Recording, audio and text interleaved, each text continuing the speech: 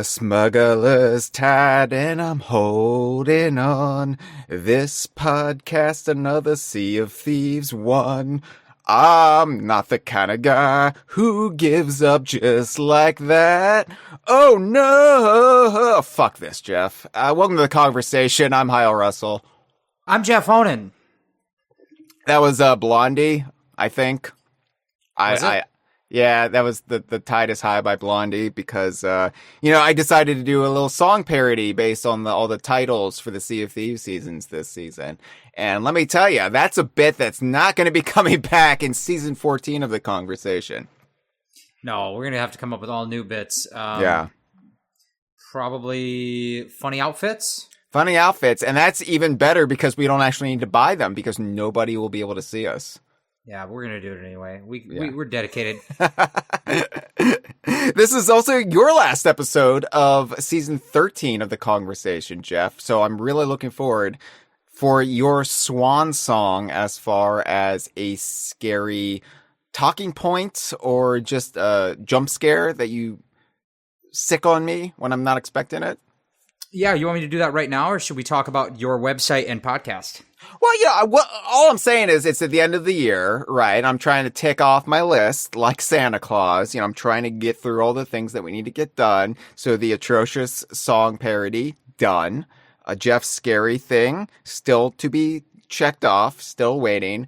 But yeah, this is our last Sea of Thieves episode for season 13. There's some debate internally in my brain if we were going to wait until the next season to do this episode, but then I was thinking, well, by the time we get around to this, with all the important topics we'll have to talk about at the beginning of the Kongversations 2026, I'm talking about Stop and Swap. We have new Stop and Swap news, Jeff. Greg Mayles gave the game away. Greg Mayles is like, I don't work there anymore. The hell with this. Donkey Kong was going to be playable in Banjo-Tooie. So we got to do an episode about that. We've got to talk about that Mario Tennis game, the Fever, I guess. And then Virtual Boy. We're going to talk about some Virtual Boy. Some people want me to do a Mario Party 2 spotlight. I don't know why, but I'm feeling pressure. So we got all this stuff we need to talk about at the beginning of the Kongversations 2026. And I didn't want to wait to get Sea of Thieves season 17 done because it's already old news as far as that game goes, but it's going to be even more ancient and decrepit by the time we would get around to it in season 14 of the Kongversation. So now this is very confusing, Jeff, and I just want everybody to be on the same page. This is currently season 13 of the Kongversation. I'm talking about season 14 of the Kongversation, but we're talking about season 17 of Sea of Thieves. Are you with me? Yeah, I guess so.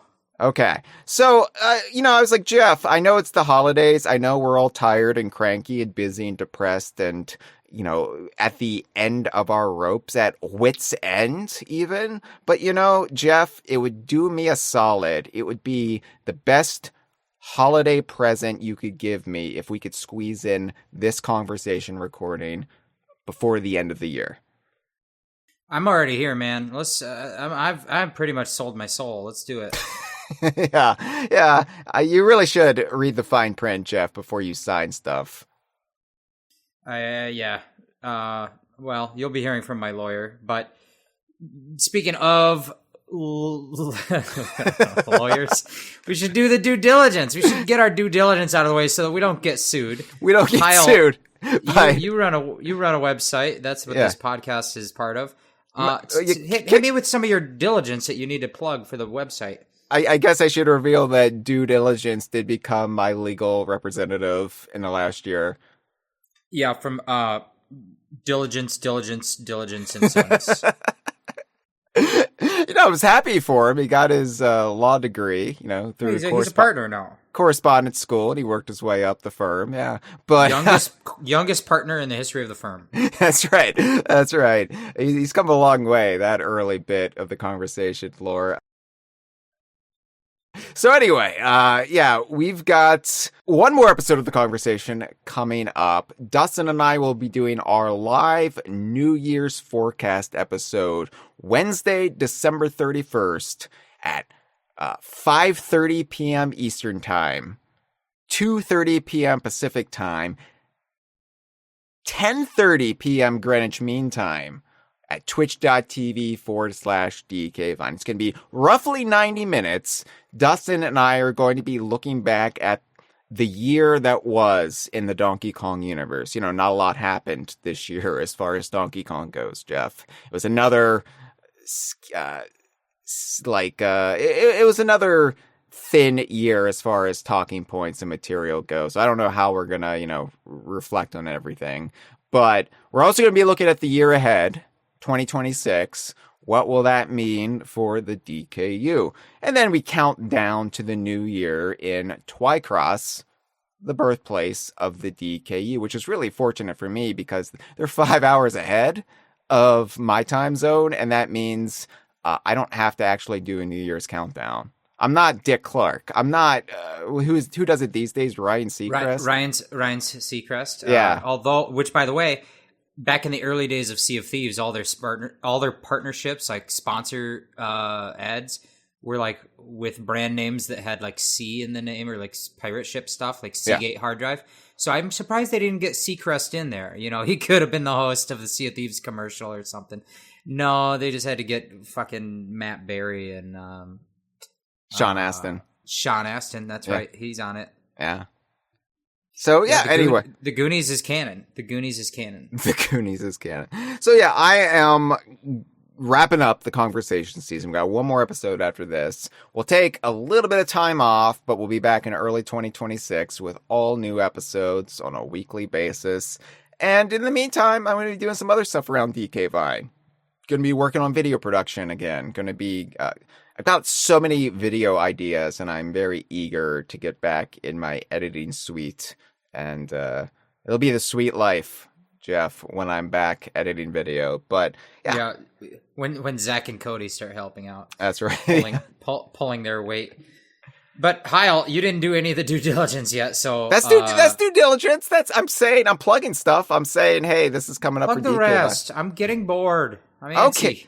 All right. Well, thank you to our patrons for making this DK Vine's best year yet. And, we live stream these episodes for our $5 and up patrons. Yes, even these Sea of Thieves episodes. We've got March Rose, and as Jeff would say, we've got hundreds and hundreds of other people listening to this at the moment. Thank you so much. Yeah. Thank you so much for tuning in. If you would like to become a DK Vine patron, support us at patreon.com/DKVine or dkvine.com/Patreon. And you can buy the shirts. Jeff really wants me to plug the shirts. Jeff is always on my case. Every once in a while, if you choose the right shirt, I will get a check for 30 cents in the mail. That's right. So go over to dkvine.com/merchandise. It will take you to our TeePublic store. That's right. Which is a website on the computer. You can do this on the computer or the cell phone. Yes. Or a tablet even. Split the difference. You could go to the library and do it on their computer. That's right. And you put in your credit card and you could get a t-shirt. The t-shirts are comfortable. They're nice and soft. Some of them are good.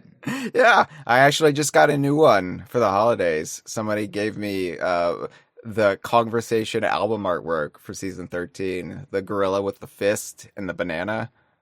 So you are making the t-shirts, and then you're getting the money from the t-shirts, and then other people are buying your t-shirt and giving it to you, and then you're getting paid both directions.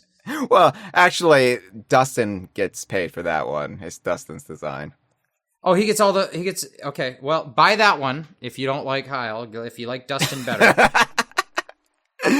And Jeff, you get a cut because you come up with ideas, but then other people design them. So, dude, I have this idea of like taking Kongversation and mixing it with pop culture, and it makes a great T-shirt. My newest one is, I don't know, I'll just think of one. Pulp Fiction.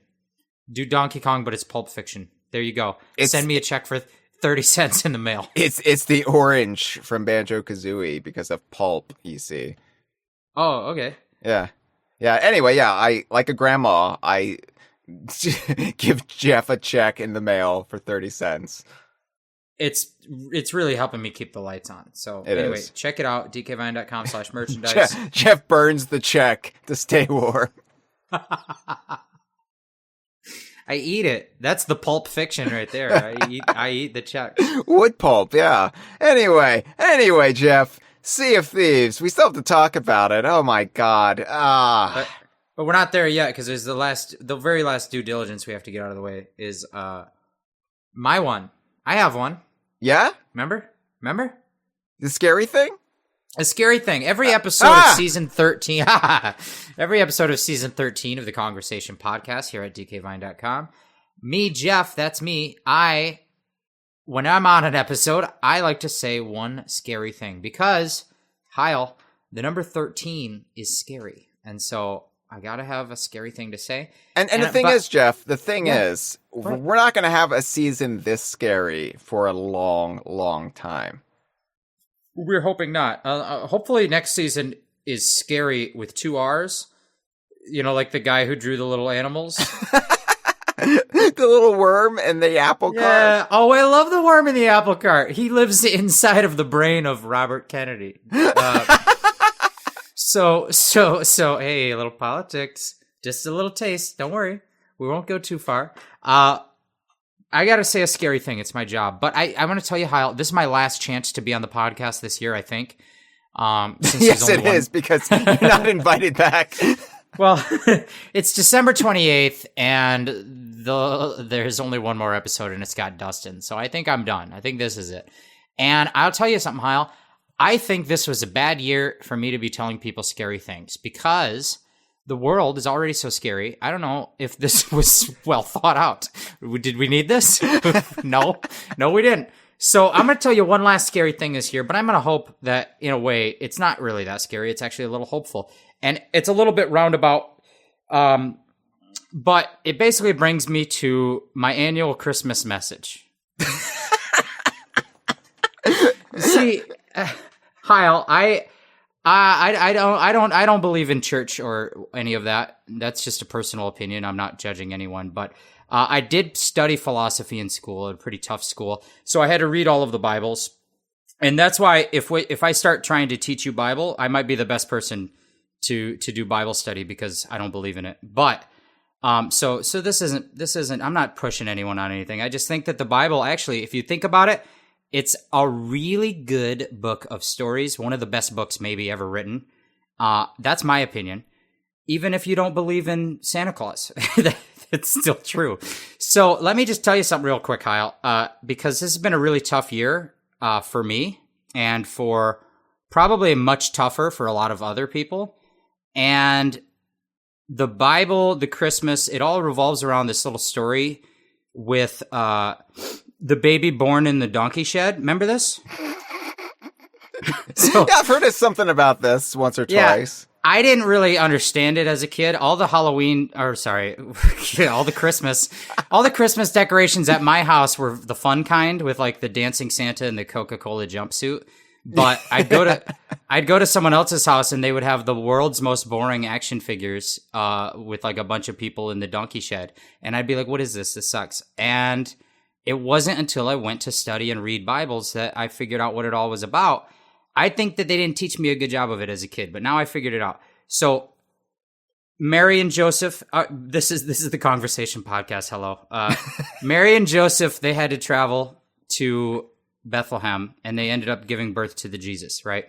Now, there's a little historical context here that maybe everyone doesn't know this, but at that time in history, they were under the rulership of a really bad government that was fueled by hatred. And it's, I know it's kind of hard to believe that thing could happen. that there could be a government that is fueled by racism and contempt for the poor and oppression of women and all of the marginalized people, and that there could be a government that is thriving on those kinds of things. It's fiction, I know. But at that time, Mary and Joseph had to go there, and it was a whole racket. And the reason that they had to stay in the donkey shed, everyone knows the story, is that there's no room at the inn. There's no room at any of the inns. But maybe they didn't know that actually that's a euphemism. there was room for the people, but they just didn't have room for poor refugee Jews, which is what Mary and Joseph were.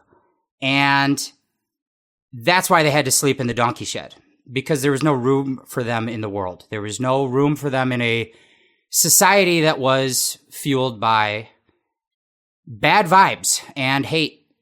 And so, what is the story about? What is all that set up about? The point of the story is that on that night, if you believe in a Messiah, which I don't, but if the story were true, what it's about is that in a time of extreme tribulations and horror, a baby was born and a star was shining that brought hope back onto Earth.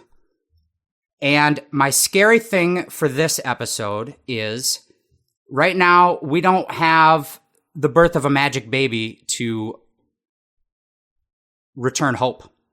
And all we have is each other. That's the scary thing. But it's not supposed to be scary, because I'll tell you what's hopeful about it, Hyle, here on the Kongversation podcast about the Donkey Kong video games. The Donkey Kong, yeah. Is that there is room at the inn if we make room. We have the power to help each other out. And I think that being safe space and inclusive for all the marginalized people that are living under the hate and the scary times, I think that's something that DK Vine is about. And I think it's something that Sea of Thieves is about. I think it's something that Rare makes a priority. I think it's something that we make a priority. And I want our listeners to know that after a spooky, scary 2025, where maybe the stress of that doesn't yet have an end in sight, I just want everyone to remember that we have each other, and that is what we have. We don't have magic babies, but what we do have is each other, and we have DK Vine, we have Sea of Thieves, and we have spaces where we make sure that everyone is allowed to be there, and they don't have to sleep in the donkey shed. So, that's my Christmas message, and for 2025. So let's talk Sea of Thieves. And can I just add to that, Jeff, because beautiful, scary thing you just said.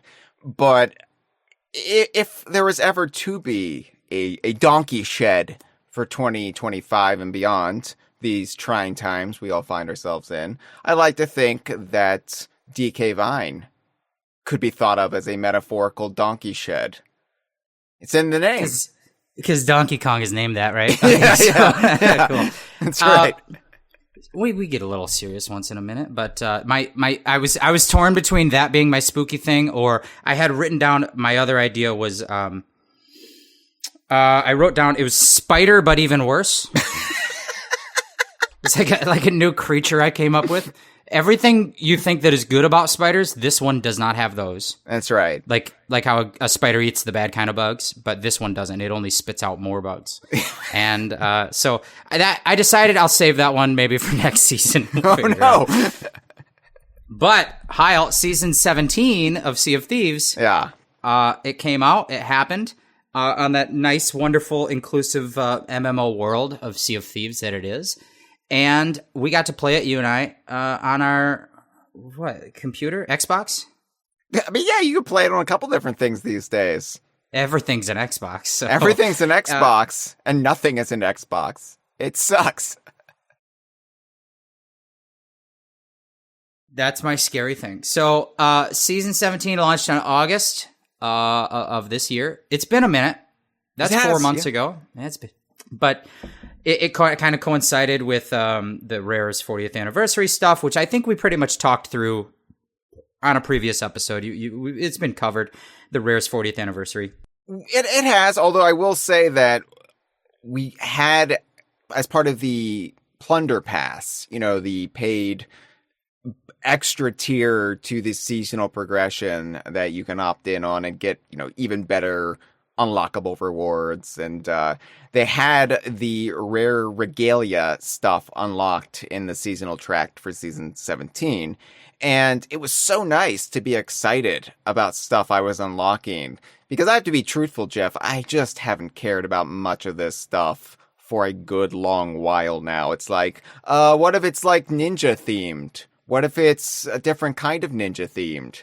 And you're just like, what does this have to do with Sea of Thieves? Like, it used to be they would make this attempt at tying in some of these unlockable stuff with some like corner adjacent lore to Sea of Thieves. Like, this belonged to this group of pirates who did this and that and the other. And, you know, you're kind of interested in it. There's this attempt being made. And as of late, it just feels really half-baked, all these cosmetics. And my FOMO has definitely been dulled as a result. I've just stopped really investing my mind in it because it feels like that attention to detail is no longer there. But to have the rare logo on all this clothing and ship stuff, I was like, oh yeah, I want that. And it just was nice. It was nice to actually get excited about this digital junk again. Yeah, I didn't do it, but I'm glad it's in there. I like it. Yeah, so yeah, like I said, we kind of talked about some of the rare stuff already, the 40th anniversary stuff already. But what is season 17 about? What is this? It's called. All right, I already forgot. Smugglers Tide. The Smugglers Tide is rolling on. Yeah. I tried to help you out there early on, but I sing so poorly that it didn't really work. Discord canceled you out because it thought it was noise. So, the Smugglers Tide, what's it all about? Well, here's what happened, is that there are a new faction that has entered the Sea of Thieves, and they're called the Smugglers League, and they have set up some hideouts on 6 different islands around the world, and they're smuggling different new kinds of loot. So this is sort of the main crux of the season. These people are here. It's a little vague what their motivations and origins are, but they've offered this new gameplay loop of new kinds of loot that have to be delivered not to the outpost islands, but have to be delivered to hideouts around the world and the regular islands. And all of this has been framed in something that we're pretty excited about, which is the season kind of was doled out over time in a 3-act structure. Yeah. It's not the first season that has kind of doled out the features month after month, but they added a structural backbone to that by like declaring the first month as Act 1, and within Act 1 there were some deeds you had to complete and some new features. And then the next month they released Act 2, and it had new features and some new deeds to complete. And then Act 3, I think that when we finish talking about everything, then we'll just give our thoughts on the cadence and structure of how it was doled out in this act structure. Sure. Because, spoiler alert, Hyle and I really like it. Yeah, I will say that much. Yes, this is probably the most invested I have been in a Sea of Thieves season in a good long while, where I feel like my brain is being engaged more than just my fingers and just going through the rote motions of it all. So we'll get into that and get into why we think the seasonal act structure is a plus. But yeah, I generally speaking, like the Smugglers Tide season and the Smugglers League as a faction, I've actually really grown to like all of this stuff. Yeah, this was the stuff that they announced in the not E3 Xbox showcase that maybe compared to some of the past years of Sea of Thieves reveals didn't give people a lot of confidence. It's like, okay, well, what is this? It seems boring, and it is. But in terms of like pitching it, an elevator pitch, it's not exciting. But in the actual gameplay, day-to-day playing of Sea of Thieves that we experienced as weekly players, we really enjoyed the loop of it all. So what is it? Let's start with Act 1. Act 1 launched August 16th. And it introduced the Smugglers League. There's the 6 new hidden caves around the world, around the different islands in the seas. We don't know who they are, where they came from. There's little clues to this. That already, to me, was intriguing, is just having more lore of, like, well, who are these people? We get a little bit. There's some journals you can read that give you a little bit of... It gives you context, but not all the answers, like, just enough that you are, like, intrigued. And I feel like maybe that is... on its own, something that's been a little bit missing from Sea of Thieves for a while. Oh, yeah. Yeah. I, like, for the last, honestly, it's been a couple of years, and maybe I'm getting ahead of myself here, but since the end of the Adventures system, and since the last batch of Tall Tales, which were tied into Monkey Island, it feels like Sea of Thieves has been completely inept at telling stories and having the game structure feel like a living, breathing world, like it felt up until some point in 2023. And just to get stuff doled out and not even a real mystery being told, but it feels like the game world is expanding in an organic way again. So refreshing. Because, yeah, like, it's great when they add in all these new exciting features, like the Hunters season, the Wild Things season 15. There's a lot of cool stuff in that. But at the end of the day, it's like, oh, yeah, I can fight boars now. That's great. But why? There's 2 new Megalodons now. Okay, but why? And I never was asking why when it came to any of this stuff. So already, I'm a little bit more engaged. Right. Yeah, no, totally. And so what is this? Well, they showed up, they set up their secret hideouts, and they are smuggling different kinds of new loot that they're basically asking you, hey, take this loot from me, deliver it to the other smuggler.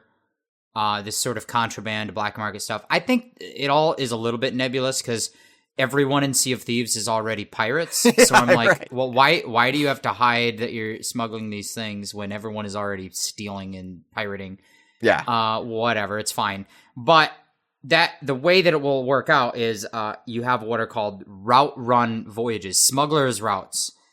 And if you want to go to your map table if you want to go to your voyage table and start a voyage for the smugglers, you can go on a route run, which basically just says, go meet the smuggler at this island and get his stuff, go deliver it to the smuggler on that island, and you'll get money for each one. And then if you complete all of it, the voyage, you'll get, reward for that. It's this typical Sea of Thieves delivery quest from point A to point B. What sets it apart is a couple of things. One, the cargo itself is a little bit destructible, precarious, which is not new to the game because they've already done this kind of thing with the Merchant Alliance. Yeah. Having you deliver rum crates. So what are the new cargoes? You can deliver rum bottles, which can get broken. They're pretty fragile. And black powder barrels, which we'll talk more about, but they are like the most explosive gunpowder barrels ever in the game. And right, so, which it feels like every so often they just add a new kind of keg that's even more explosive than the most explosive one prior to that. And it's fine. I'm not really complaining, but it does feel like the gimmick is starting to wear thin. It's like, oh yeah, this one, even more explosive than that one.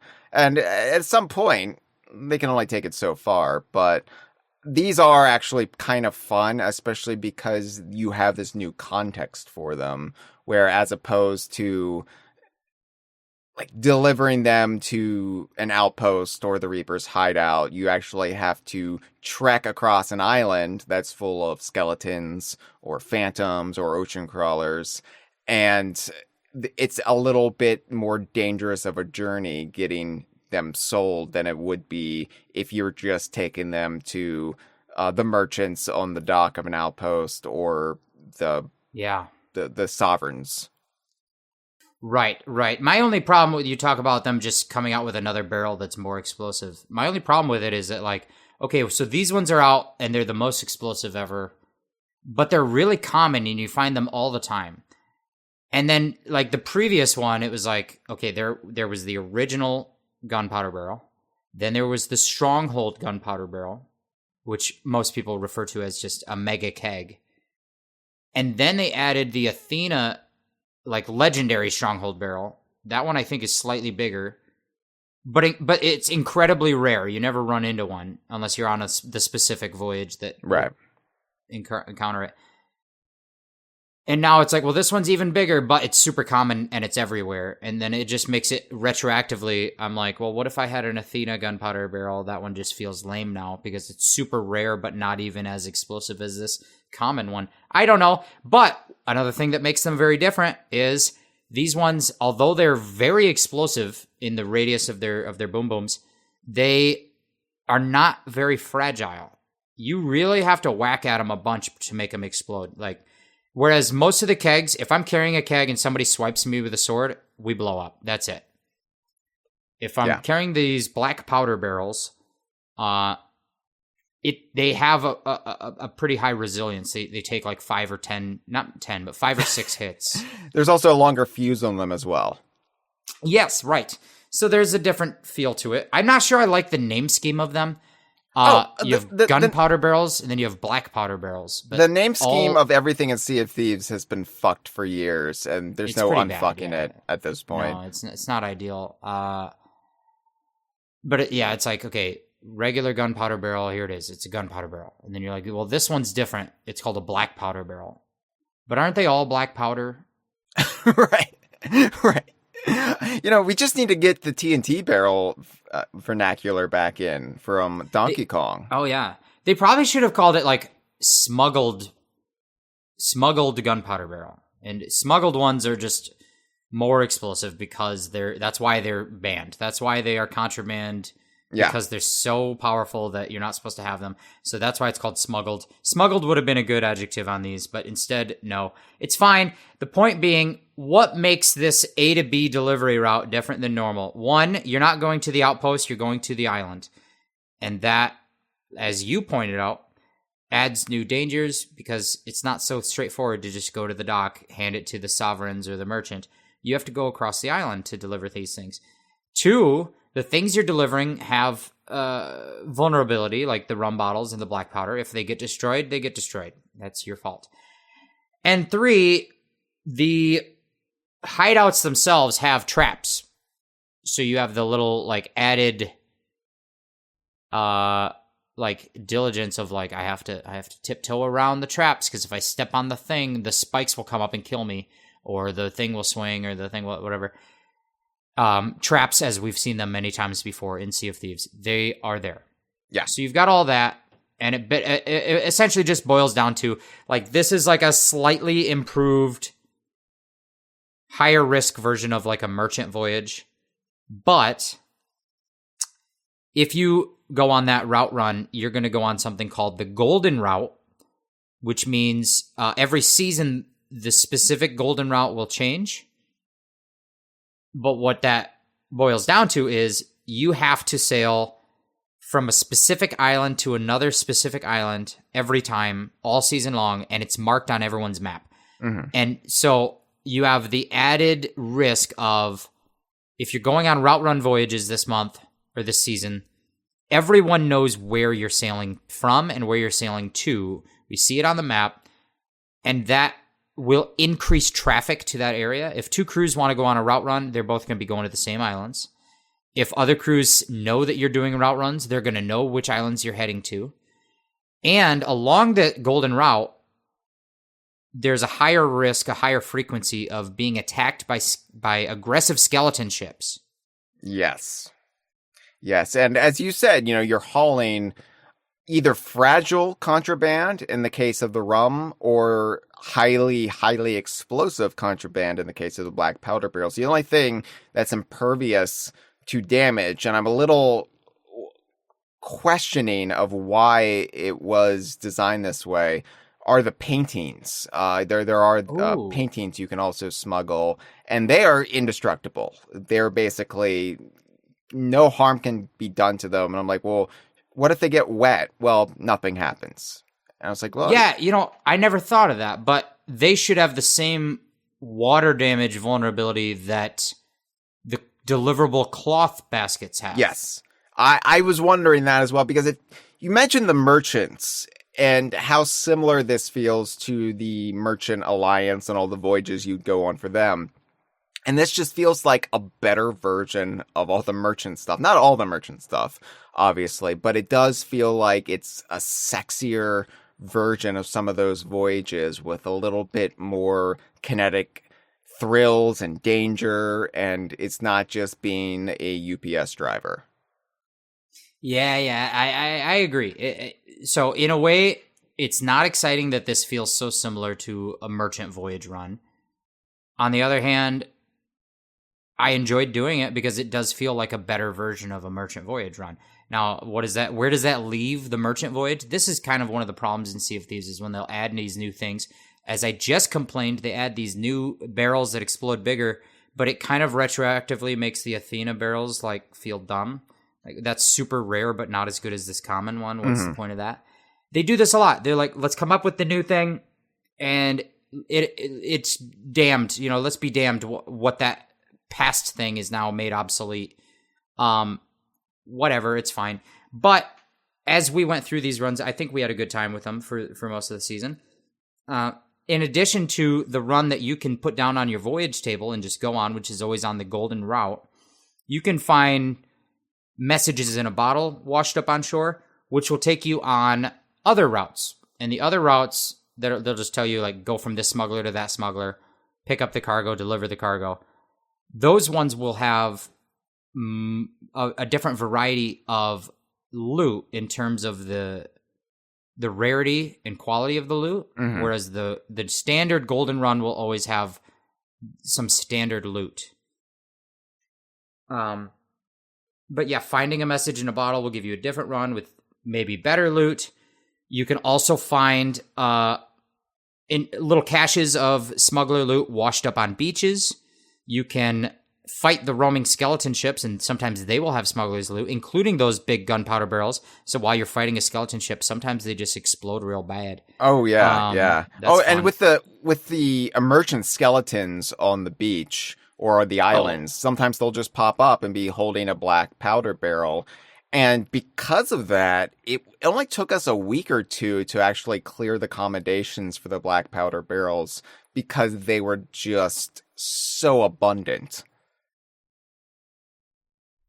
Yeah, definitely. And then in addition to all that, there's also smuggler shipwrecks. Now, I think we're going to talk more about this later, but well, or now, I don't know. But smuggler shipwrecks are in the game. You can find shipwrecks. You see the seagulls circling over the water, and you're like, "What's that over there?" And you go, and there's a shipwreck just floating just beneath the surface. You dive in there, you find some treasure. Now added into the rotation of possible shipwrecks you can find, some of them are loaded with smuggler's loot. And during season 17, I think all of them, I think they were like, we're going to make it like a 10% chance that a shipwreck is a smuggler shipwreck. And then they had the thought, well, for season 17, let's turn off all the other shipwrecks so you only get smuggler shipwrecks. But I think that they still kept it at like that 10% chance. So, so for like a whole season, the only shipwrecks you could find were smuggler shipwrecks, but they were super rare. We never were finding them. Yeah. Which will come into play as we talk about some of the other stuff later, but that was a little frustrating. Yeah, some of the balance wasn't that great as far as items and the required amount of items you would have to find and turn in. And one of the few criticisms I actually have of all of this, because as you said, like, I think we enjoyed this more than we've enjoyed Sea of Thieves in quite some time, and to have that spark reignited of, oh yeah, I remember this game, this was fun. It's nice. It's nice to kind of shake up the way of playing and to kind of get back to some core mechanics that might have become a little bit more muddled or lost as they've continually added more stuff and simplified other things. Like, one of the things I really liked about going to all these smuggler caves and, having an option of, there's, a smuggler cave, this island. Some of the smuggler loot that you would find just through the course of playing, like washed up on the beach, as you said, or taken from a skelly ship, could be delivered to any specific cave, while others on a specific voyage would have to be delivered to a very specific Smugglers League member in a cave on an island. And all of that just made it feel a lot more like day one Sea of Thieves, right? Where you didn't have as many options to sell, or there would be more specific targeted goals.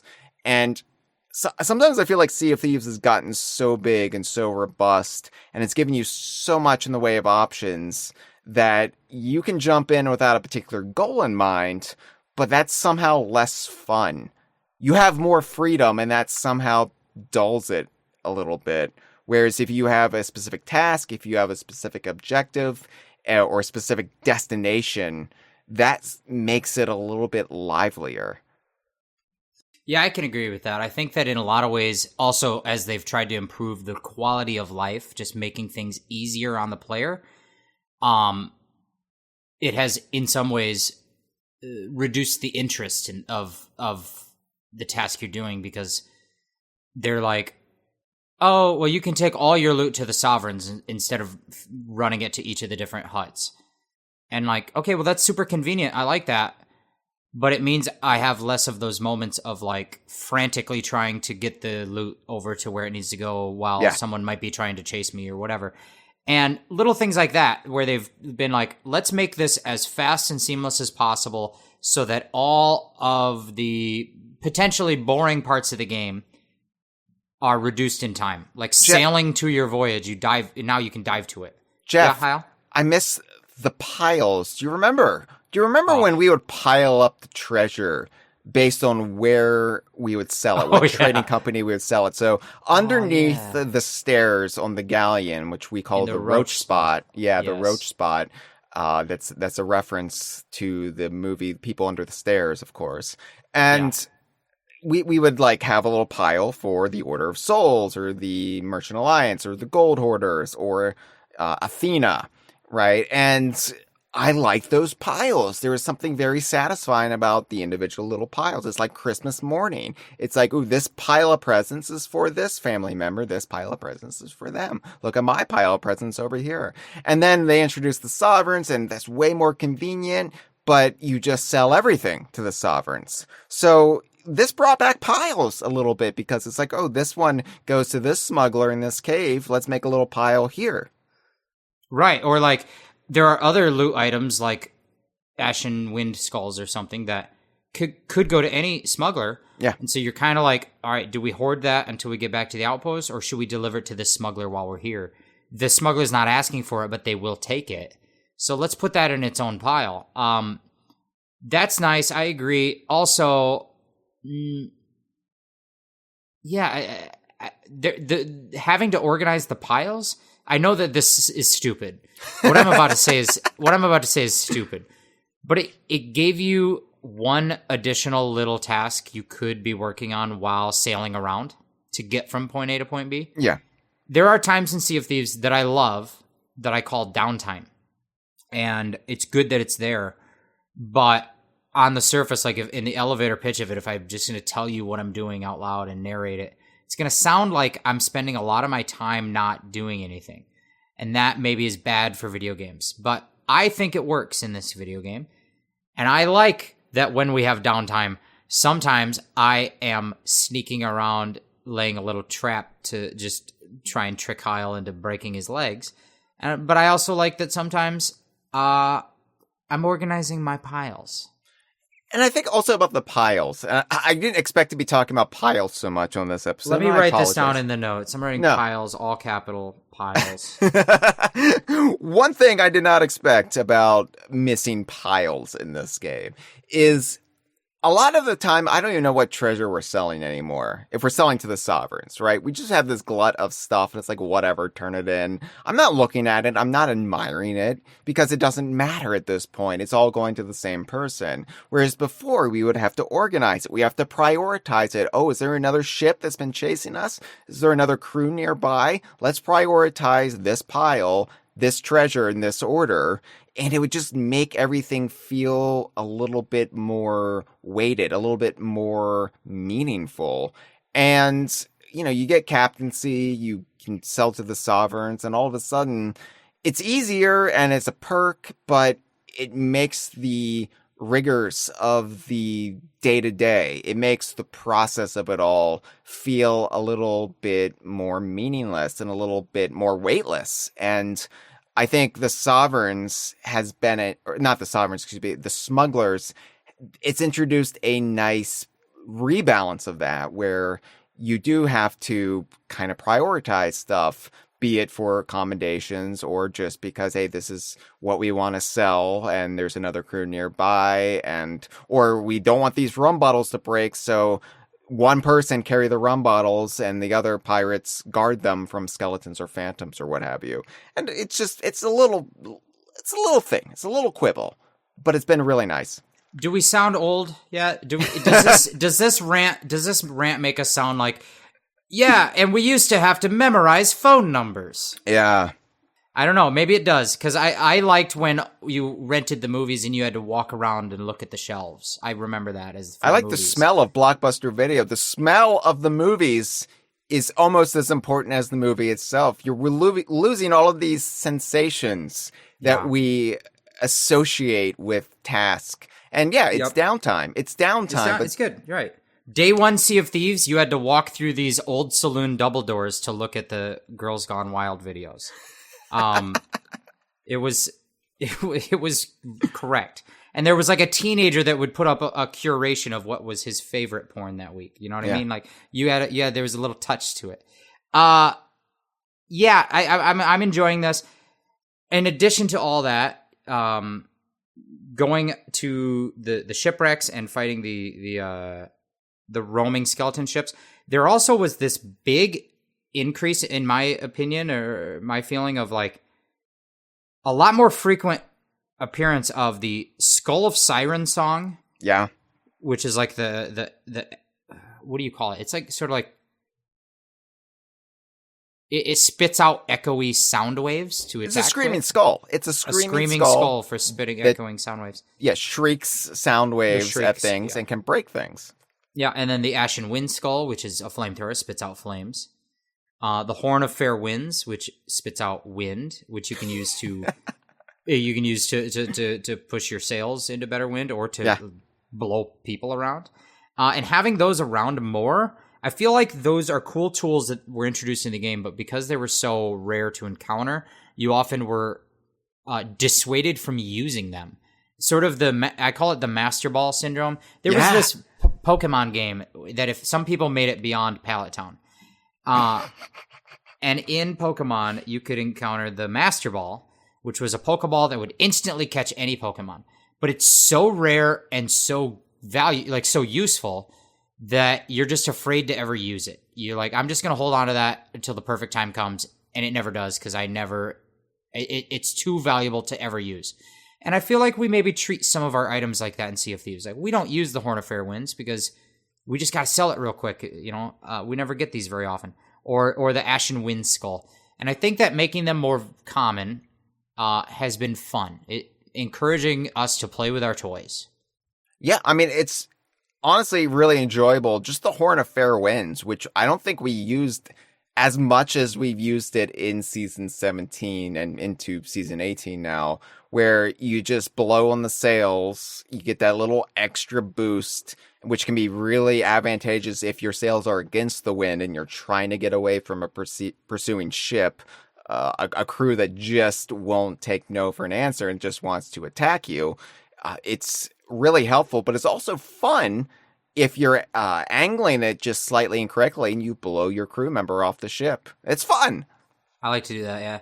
I really like if someone wants to come up our ladder and I blow them, I like to blow them off. You do. You do enjoy blowing people off, be it in the back of the video rental store or on a ship.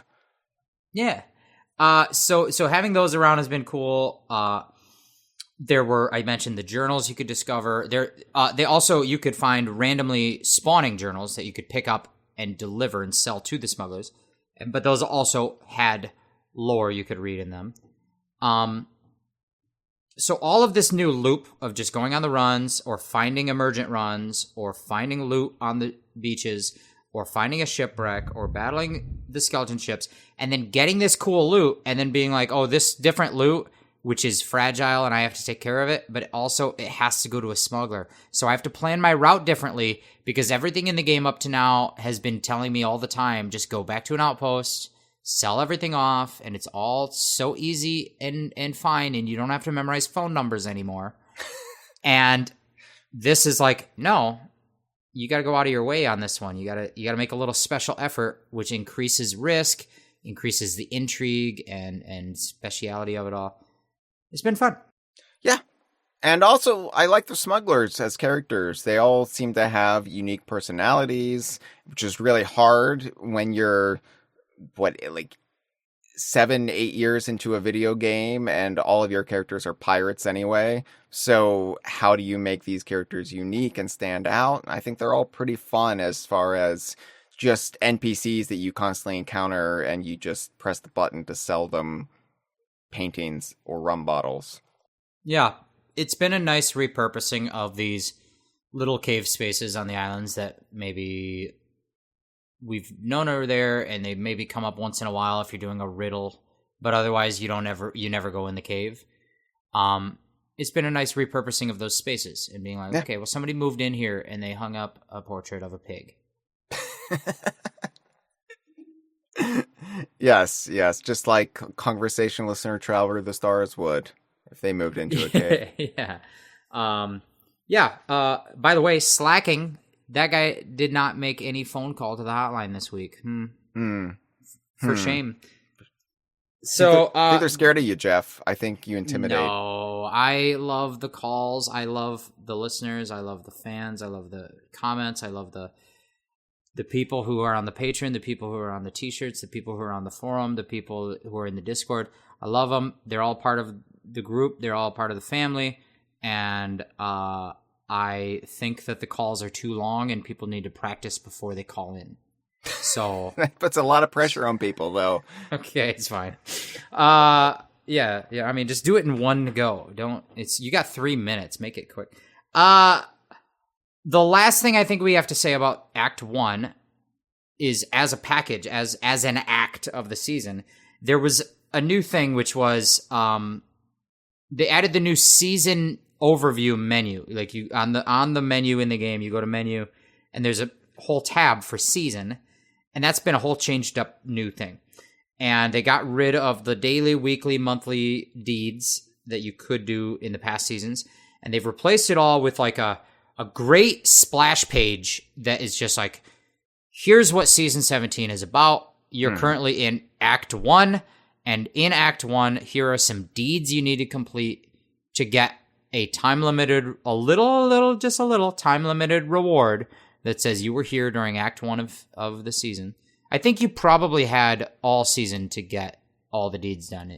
You didn't have to get it done by the end of Act 1, right? Yeah, I think Act 1 definitely was available all season long. I think Act 2 was limited. You're right. Yeah. Act 2 was a specifically limited time moment, but we'll talk about that. So we had the deeds. And the deeds, I loved this system. I thought this was great. So as they add in new features to the game, they always will add in like commendations. And commendations are like long-term goals.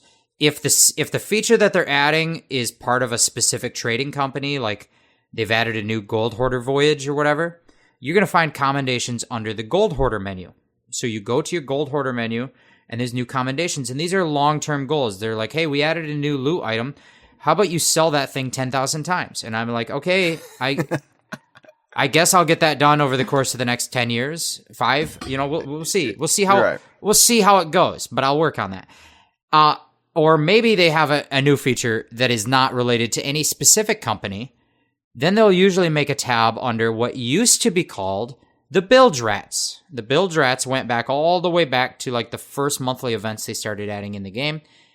And they've recently renamed that tab. It's no longer the Bilge Rats faction.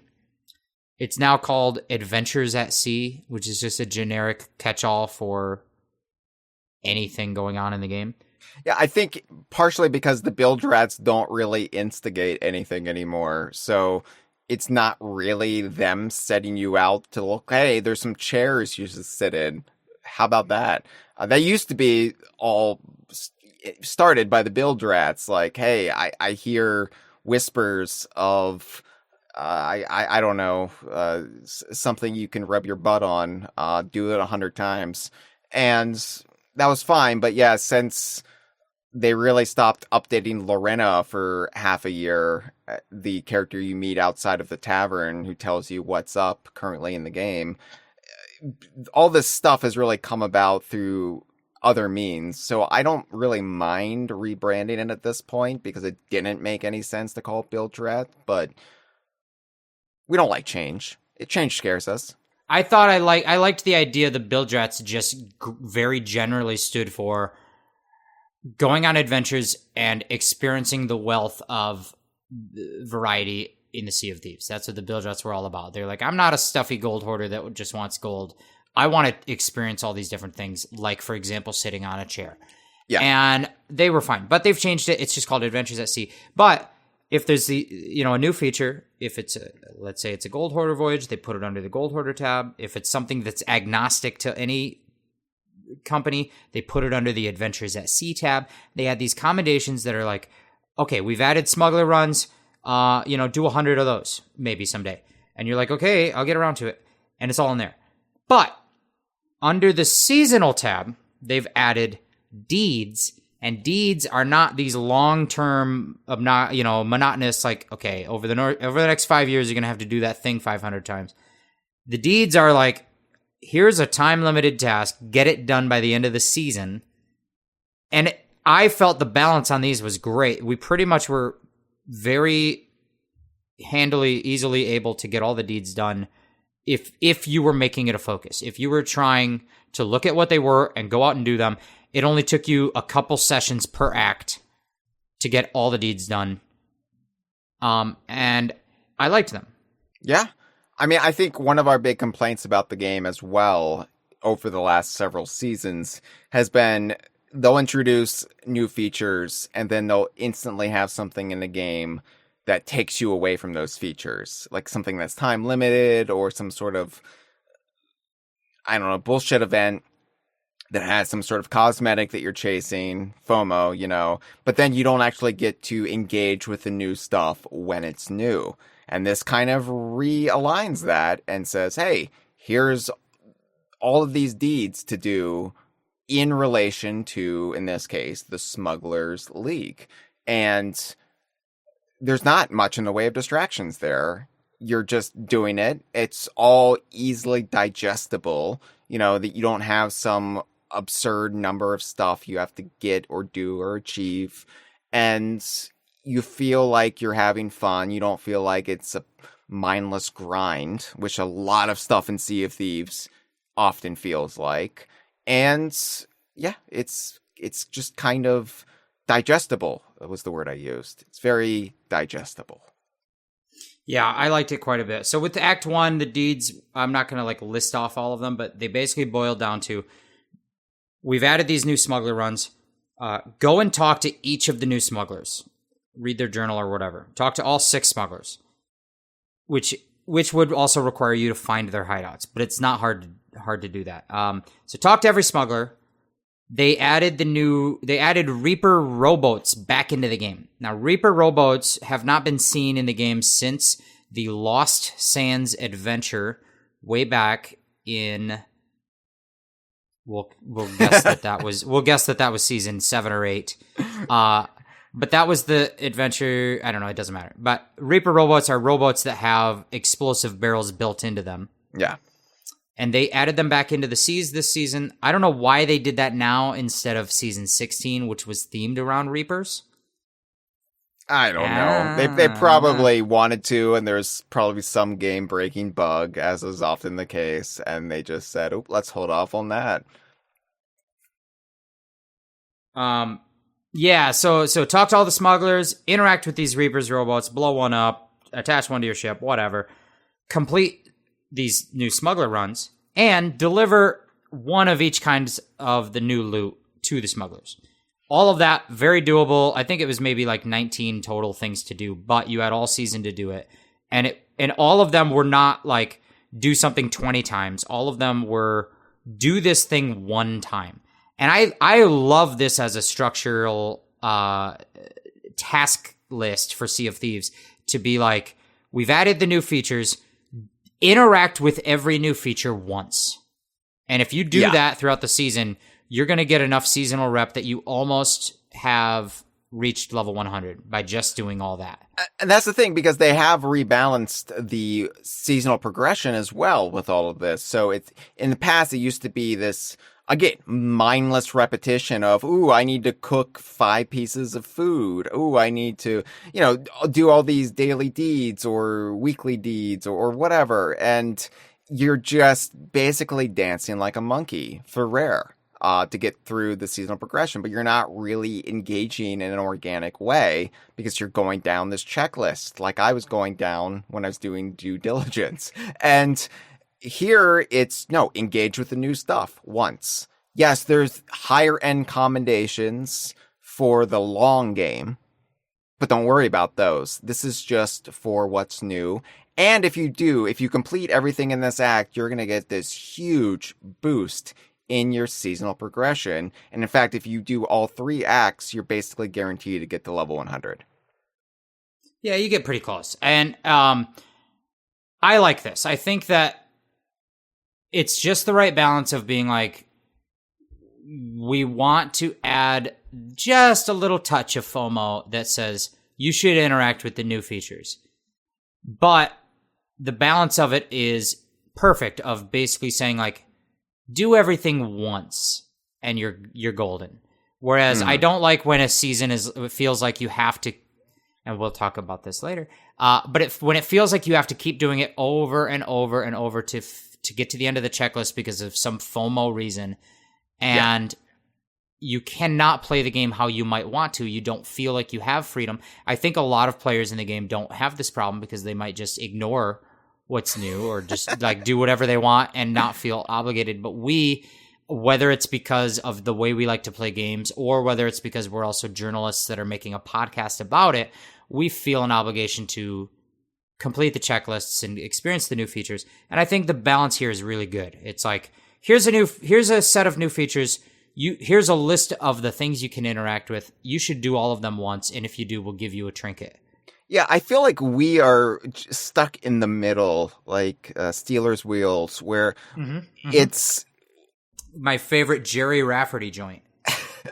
It's one of those things where we're not the sweaty tryhards who play this game almost exclusively.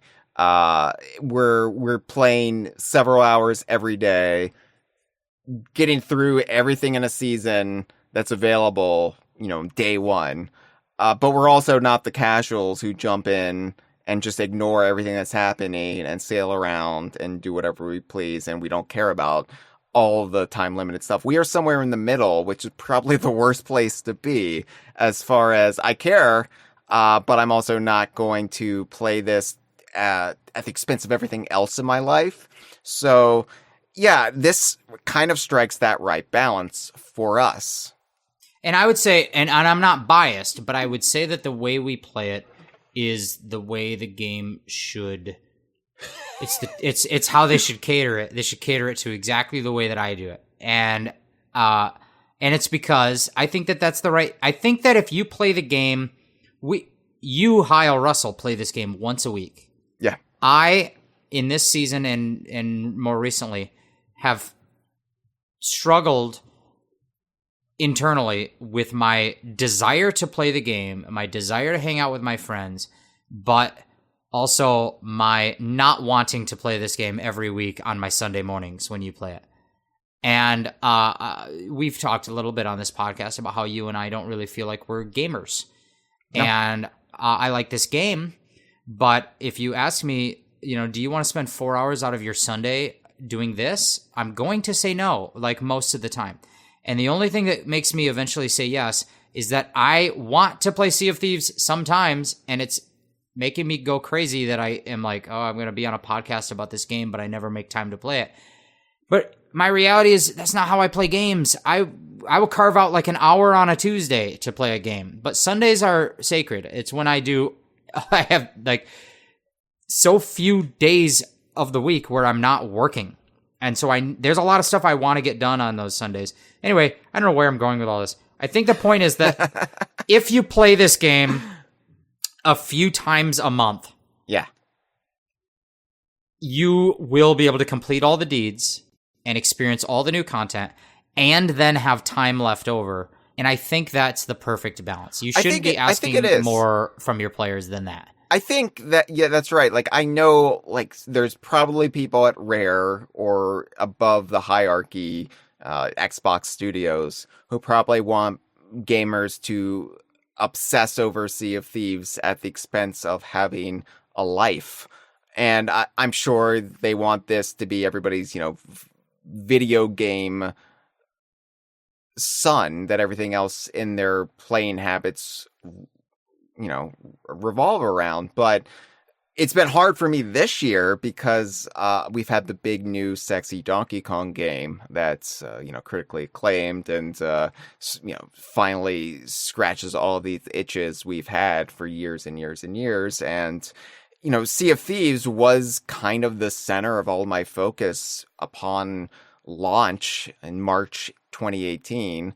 Through the pandemic, through the drought of having no new games as far as what DK Vine covers, but it's no longer that. And I still obviously am keeping up with it. I'm still chronicling it. I still really love it, but I can't focus on it at the expense of everything else. And I think what season 17 presented, this restructuring of the seasonal structure, has been just right for the exact right way to play Sea of Thieves, which is a little bit, but not too much.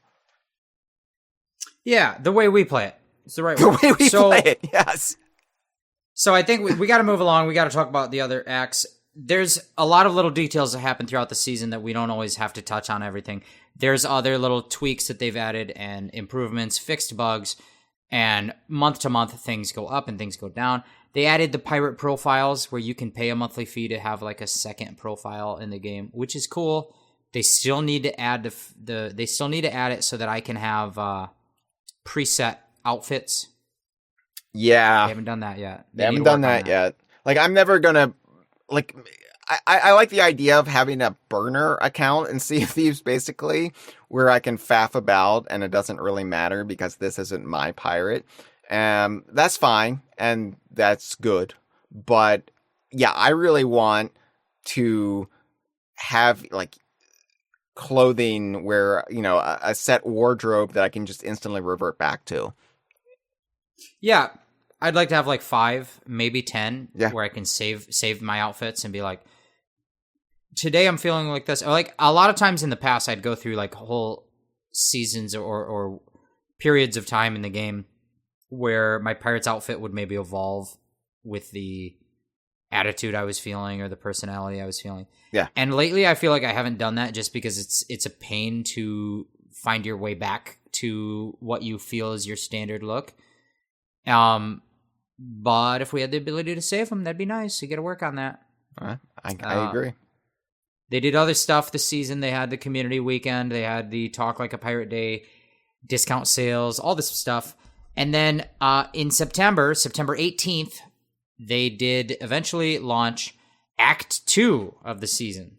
And again, so they, like I said, they've sort of been doing similar things of having a monthly update throughout the season and adding new features every month. This is not the first time they've done this. And if you listen back to our podcast, we'll talk about that with the various seasons.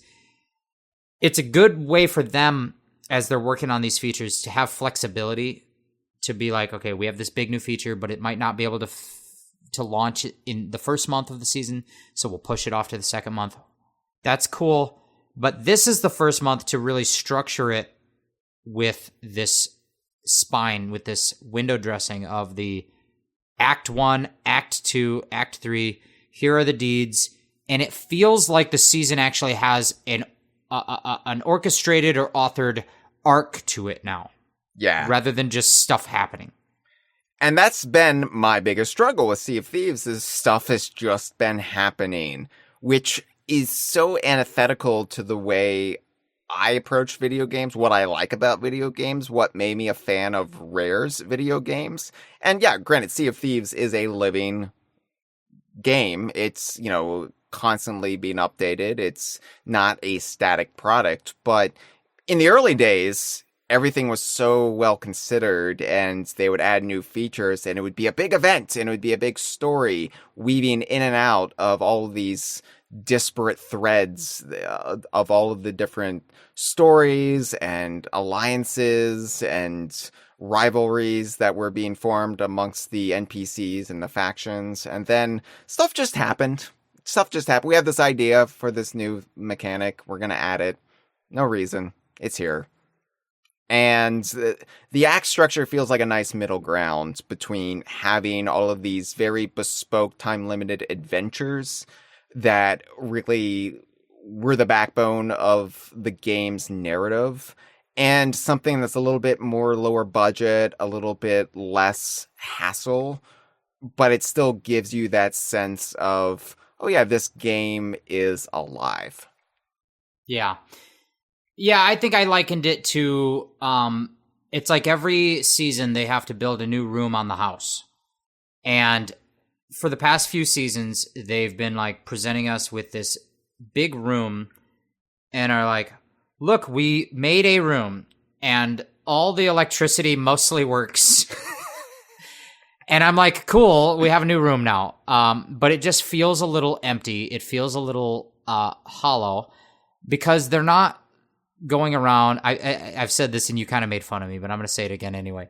They're not going to the room once they're finished and like adding trim and wainscoting and like portraits and corner it's the things and the lighting. That's it. The wainscoting. Yeah, well, I just think that like a big empty room without all of the sort of little details. I understand how that your house doesn't have wainscoting, and also neither does mine.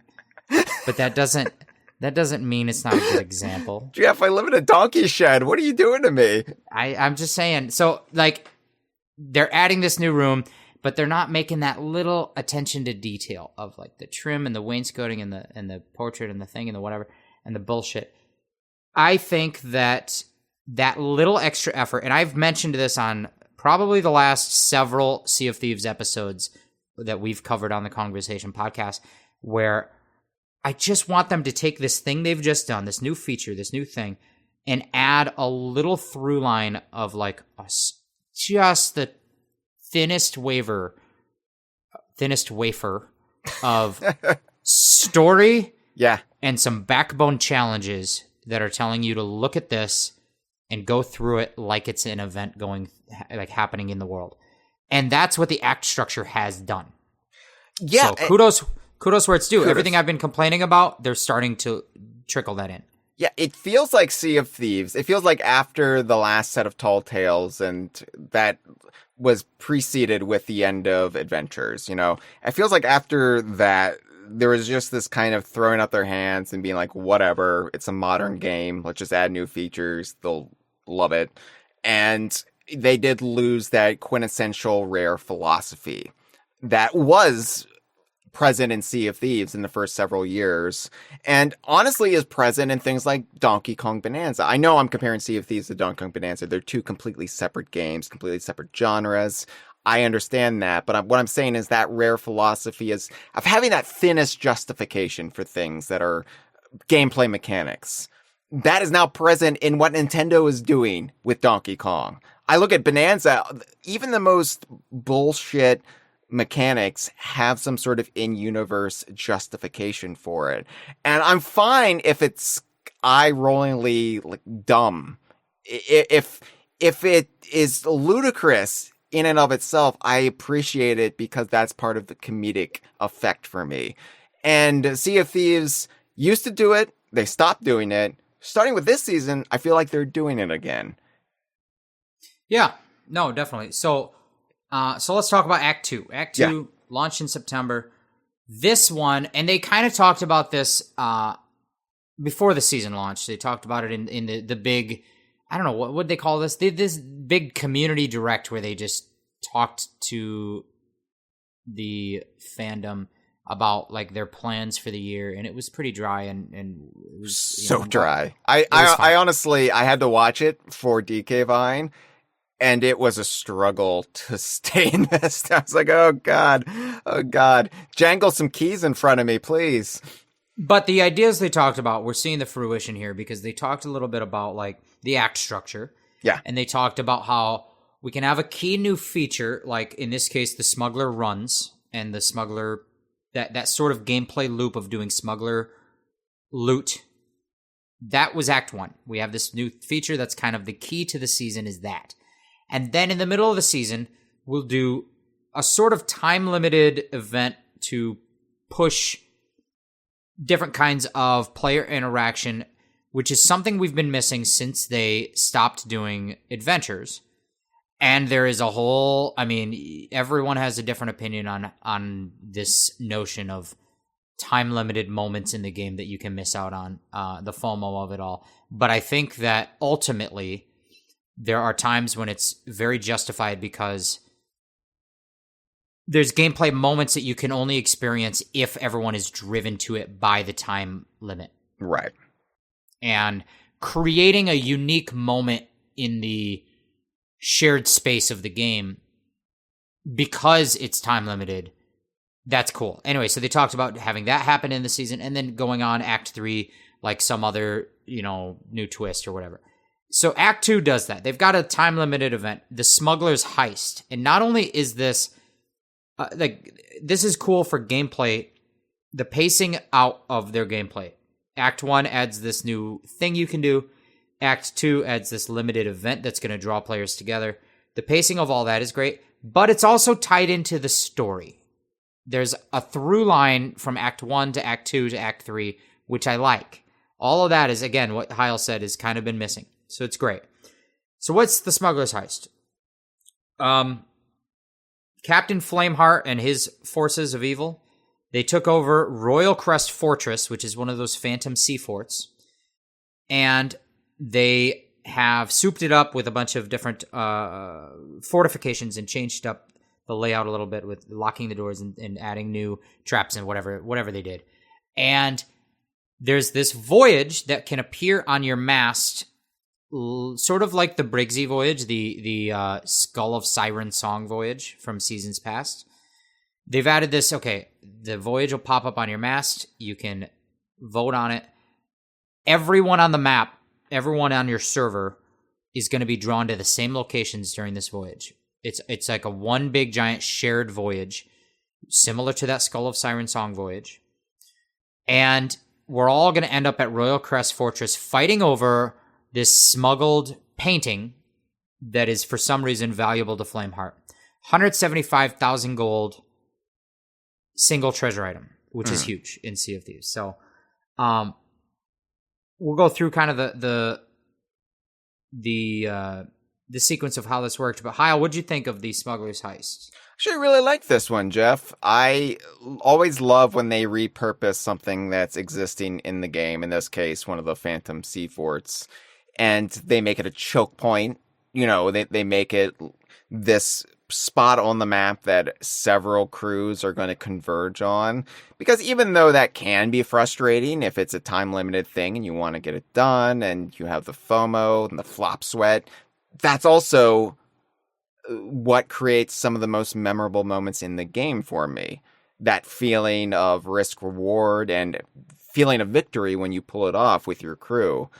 Some of my favorite moments in the game have stemmed from those, going back to the Hungering Deep when they added Megalodons for the first time. So I really like this. I really liked having to search for this one specific painting. There was other paintings in there. There's other treasure in there. So you have to kind of weigh your options. Like, we're under the gun here. Other crews are going to be coming in. So we've got to seek out this one painting. But, oh, there's all this stuff that's, turning our head, catching our eye. We could grab this and that. And it's fun to have that level of management when it comes to what are you mostly focused on here? What do you want to risk?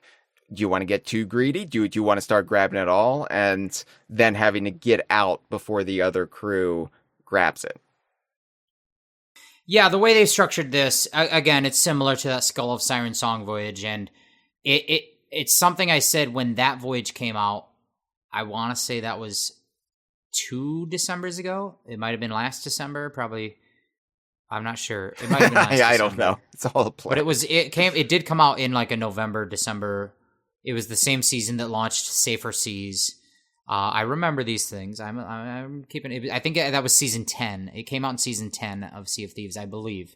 The problem with that voyage was it's just always around. And so there is no like FOMO that is drawing crews to fight over it. And I think that that's the entire fuel that makes it work. So what is it? You get this voyage shows up on the mast of your ship. You can vote there and start it. And it tells you, go to this smuggler on this one island to get a key. Now, because everyone on the map might be doing the voyage at the same time, everyone in the server is experiencing this at the same time, somebody might have already picked up that key. Mm-hmm. In which case, you're going to look at your map, you're going to be able to track that key on the map, and you might just be... So when you start it, it might say, go talk to Solomon and pick up the key, or it might say, somebody has the key, go chase him. And that's exciting. Then that key is going to go to Royal Crest Fortress and open the fortress. Once you get inside, all the different little rooms in the fortress are all locked up. So you have to fight waves of skeletons to get more keys and then open doors to keep searching to find the right portrait. There's these paintings. And you're going to find a bunch of the wrong paintings, but they're all valuable. And like Hyle said, you have this added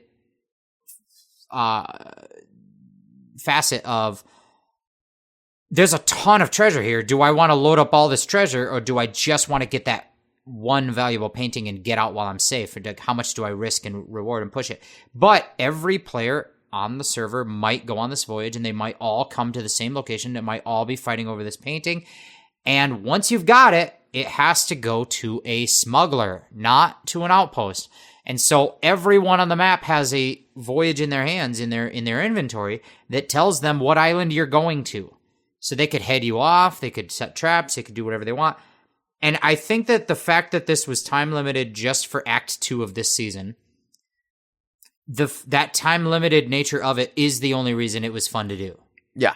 Oh, absolutely. Because if other people weren't paying attention to it, it's not going to be fun. And that's what the Skull of Siren Song voyage is like. If you just go do one of those now, it's like, go to point A, get the thing, go to point B, deliver the thing, go to point C, get the reward. And nobody fights you, and there's no excitement. Yeah. It's the sauce. You need the sauce. You need the sauce. Yeah, so I think that it's cool that this was time limited. They also mentioned that these things that they're doing in the seasons are time limited events for now that could come back out of the vault and recur. Okay, Disney. Which I love, because that's what I said multiple times probably on this podcast. That's what they should have done with that Skull of Siren Song voyage that nobody likes or ever does anymore. Right, right. So anyway, like this is cool. They're doing it right this time. And this took a couple tries to do. I think I did it with you off stream, right? We did, yes. Yeah. But I did it on stream, and the first time we did it, there was really little problem in getting the painting, but then another crew was camped out on the island towards the cave waiting for us. And, they had traps, they had gunpowder. There's really no way we were going to get through them. And it didn't even feel that frustrating, because it was like, well played. you thought it out. You got ahead of us. There was no getting the painting from us ahead of time. So you went straight to the island in which the smuggler that we are having to deliver this to was located, and you got it that way. And, in those moments that can feel frustrating, sometimes even the failure feels fun and refreshing in those instances. Yeah, no, I agree. And if I had had a little more time during this season to engage with it, I would have jumped in with other friends. Like, I know the way that we like to play on the stream of Thieves is very goal focused and not very confrontational. Some of my other friends, we would have been the people to be like, hey, let's just jump in and camp wherever they're going, and let's just see if we can steal some paintings. And I think I think that's fun. And you don't get to have that experience if this isn't a limited time voyage. So yeah, it was exciting. I'm glad that you and I were able to do it off stream and get the kind of gist of it all. Even though I didn't play this middle of the season, I didn't play all that much. Just because of other things I had going on. But, yeah, it was good. And then there was the Act 2 deeds, which, again, are just basically, I think, balanced pretty good of, like, go through and experience all this new stuff once, and if you do all that, you're pretty much good to go to get the time-limited reward. In this case, I think it was just do every part of the heist. Like, go get the key once, go open the fort once, go find the painting once, go deliver the painting once, like all these things. If you successfully went through the whole thing one time, you got the deeds. And it might have taken you multiple tries to do that because of other crews fighting you, but it was very doable. Like I said, if you play the game 2 or 3 times a month, I think it was very doable to get everything done. Yeah. And I really, really missed that. I really missed that type of gameplay where, you have to kind of strategize and look at the map and figure out routes and methods and, any potential backstabbing of other crews. And so just to getting back to some kind of core elements of Sea of Thieves that have been lost, that have fallen to the wayside as the game has gotten more evolved and has added more and more new features. It's nice to just get back to the simplicity of it all, of what makes the game work in the first place. Absolutely. And then, like I said, there's other things that have happened throughout the months. That season, they improved field of view. You can zoom in further. I don't know what that means. It's whatever. But very, very relevant to our interests on this podcast. They added the spooky things to the tavern for Halloween because during Act 2, October 1st happened. And you and I, Hyle, love spooky things. I've been mentioning a spooky thing all season long. I'm all about this. We love that every October in Sea of Thieves, they will put gourds and spiderwebs in the taverns and play the theremin music. Yeah. That's a good thing. Now, we have maybe a little bit of criticism to offer. Maybe we do. Am I assuming? No, you're right. You're absolutely right, because here's the thing. I love Halloween in Sea of Thieves, or the Festival of the Damned, as the actual occasion of the autumn harvest, but when the veil between this world and the next world is at its thinnest, and it's always been a big to-do in Sea of Thieves, and because of that, it's always kind of extended the Halloween season, the Samhain season, if you will, in reality as well, because it's often gone on to mid-November in Sea of Thieves. And as time has gone on, they've been very hasty at removing the gourds and cobwebs from the taverns, removing the theremin music from the taverns. But they also don't really do anything in the game either to acknowledge the Festival of the Damned other than sales in the Pirate Emporium or having Ghoul and Glory weekends. But, you know, they used to add these time-limited events or additions to the game that would tie into the Festival of the Damned. They don't do it anymore. It's been several years since they've done it, and I miss it. I miss it too. I think, yeah, so the Blank of the Damned events, there was originally the Festival of the Damned, which had introduced the ability in the game to color your lanterns and to draw a colored lantern from the Well of Fates on the Ferry of the Damned every time you died. If you died by fire, you could get a red flame. If you died by poison, you could get a purple flame, etc. That came in the original Festival of the Damned, along with the ability for the first time to put on face paints on your pirate, makeup face paints. Then the Fort of the Damned launched the next season, the next Halloween.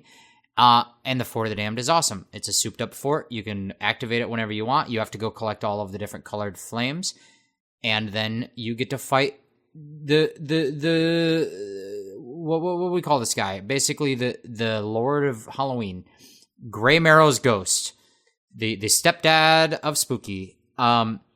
It's fun. Then the next time they did the Fate of the Damned event, which was just like some side quest line you could go on to easily get the skull that would activate the fort, and then you'd have to go and complete the fort so many times that season. And it was like, hey, here's just a little time limited moment that is encouraging you to go do the spooky fort because it's the Halloween themed event. And eventually, during the Adventures era of Sea of Thieves, they did Return of the Damned, which was that moment in time where you had to choose whether you were representing the cause of Pendragon's ghost or the cause of Flameheart.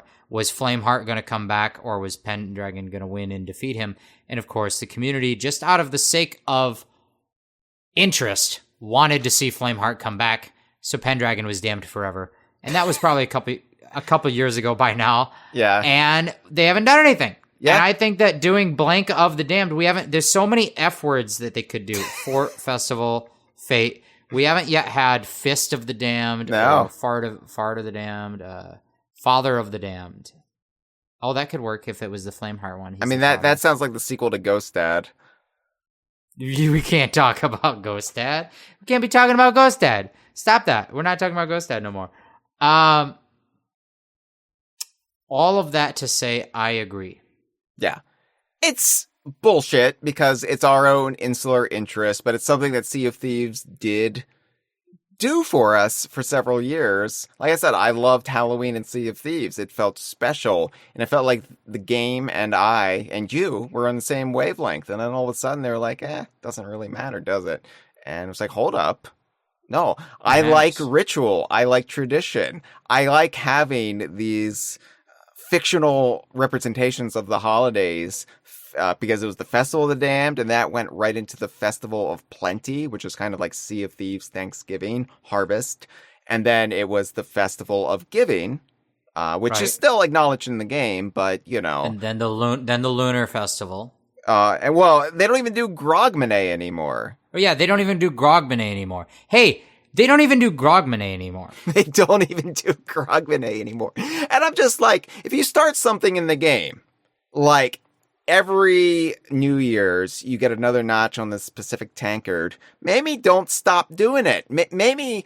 Yeah, you can't start traditions and then just quit them. You know, it matters to some... Like, every time you stop doing a tradition, you're going to just bleed a little bit more your player base. Every time you do it, an angel loses its wings.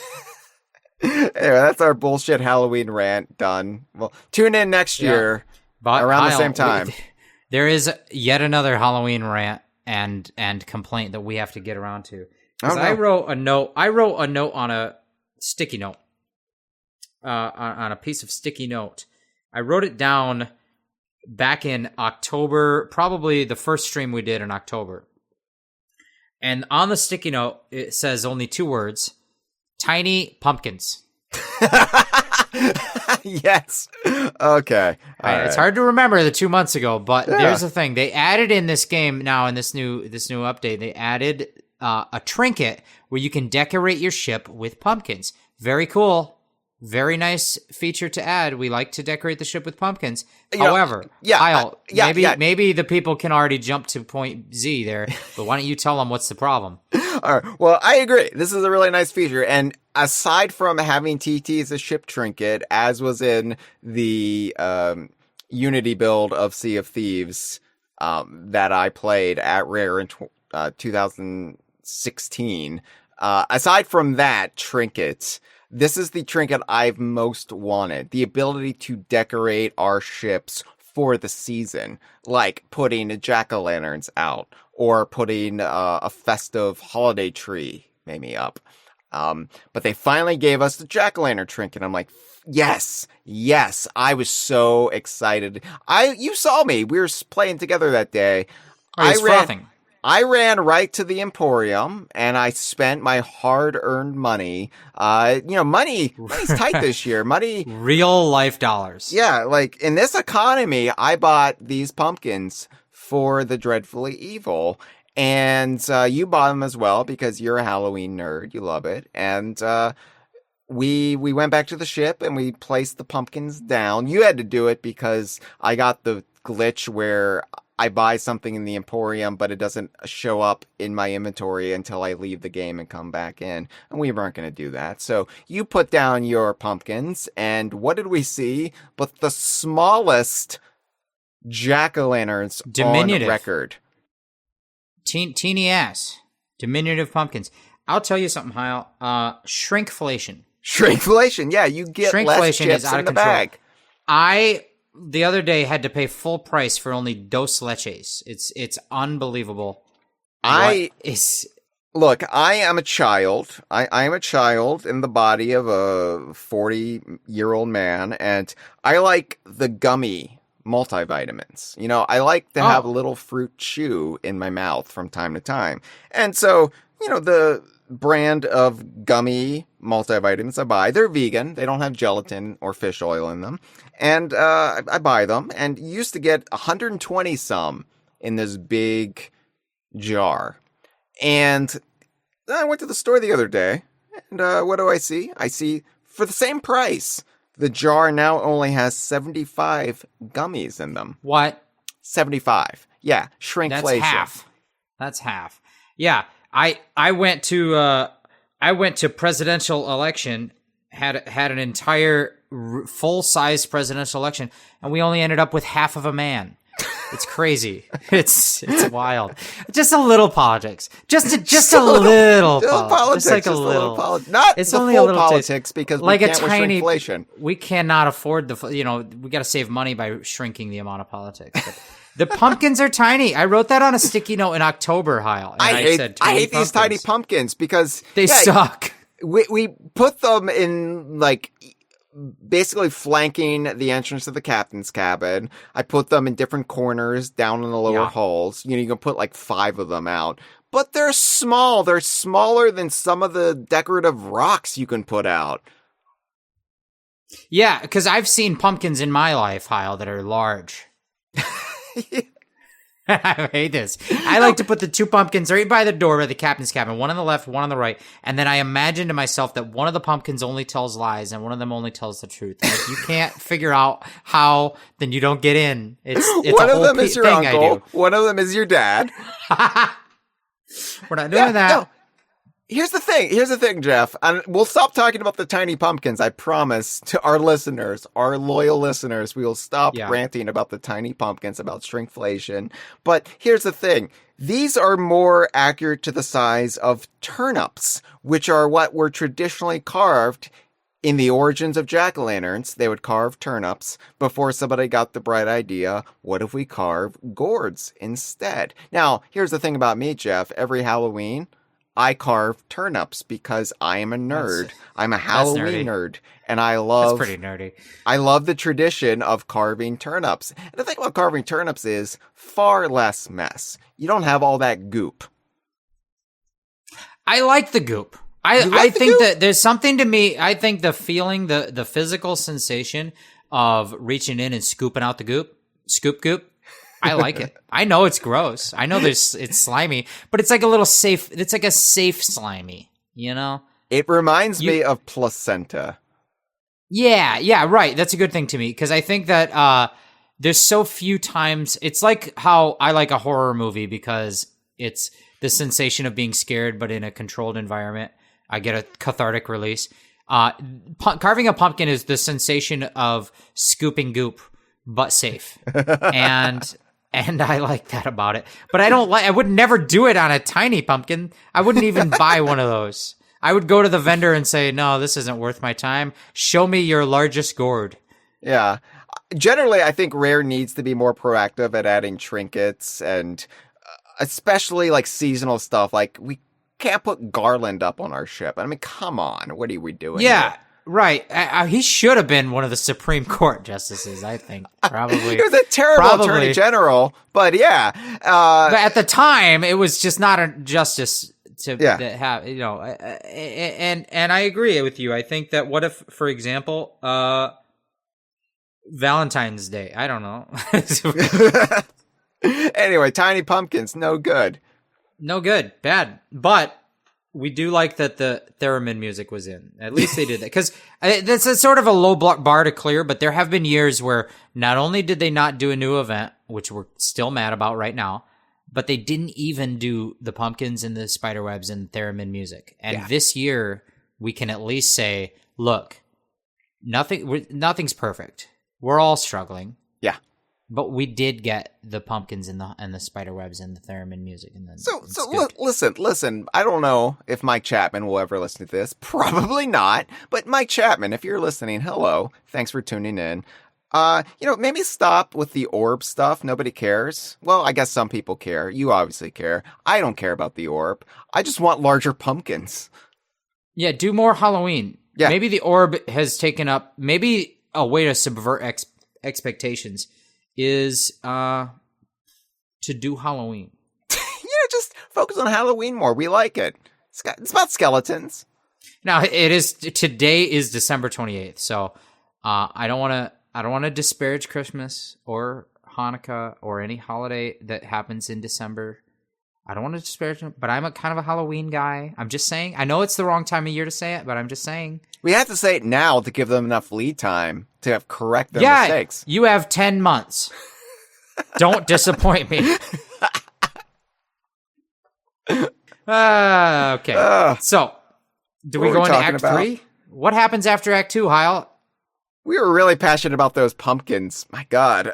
It's an entire sticky note. I wrote 2 sticky notes this season. And one of them was tiny pumpkins. Yeah.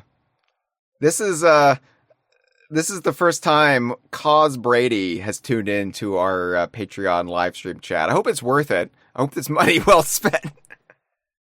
Yeah, that's Tom Brady's official account. Maybe you should focus on your upcoming broadcast with Kevin Burkhardt, all right? Because Fox doesn't appreciate you watching the Kongversation Twitch stream on your phone when you're supposed to be broadcasting the NFL game. And it's America's Game of the Week. Just like Deflategate, those pumpkins needed more air in them. I agree. So after Act 2, what comes next is called Act 3. It launched on October 16th. Do you remember this? I do. I remember this. Yeah. This is just like yesterday. It was back when the theremin music was in the tavern. Yeah, I remember. And Act 3, so that limited time event with the the Smugglers Heist, that's over. We're done. It's gone. Forget it. But there's something new, Hyle. It's called Reaper Fortresses, and yeah, it's almost as good. So, what is it? You tell me. So basically, this is a juiced up skeleton fort, just like they juiced up the Phantom Sea fort, but in a time limited status. This is a new permanent type of fort called a Reaper Fortress. Flameheart has basically said, maybe we should do more with the skeleton forts. Good guy. We're glad of him. But yeah, they've renovated the forts. On the ground, the boots on the ground, Flameheart's boots. We've got he's got his Order of Bone and Blade skeletons, and they have renovated the fort. They've added in traps. They've added in new weapon stashes. We'll talk about weapon caches. But the big spectacle of this event, this world event, this raid event, is that while Flameheart's forces are trying to defend his little fort, the forces of the Dark Brethren are trying to lay siege to the fort itself. So we, as pirates, can come into this event and try to take it on, but we're basically stepping into an ongoing battle between two factions. Yeah.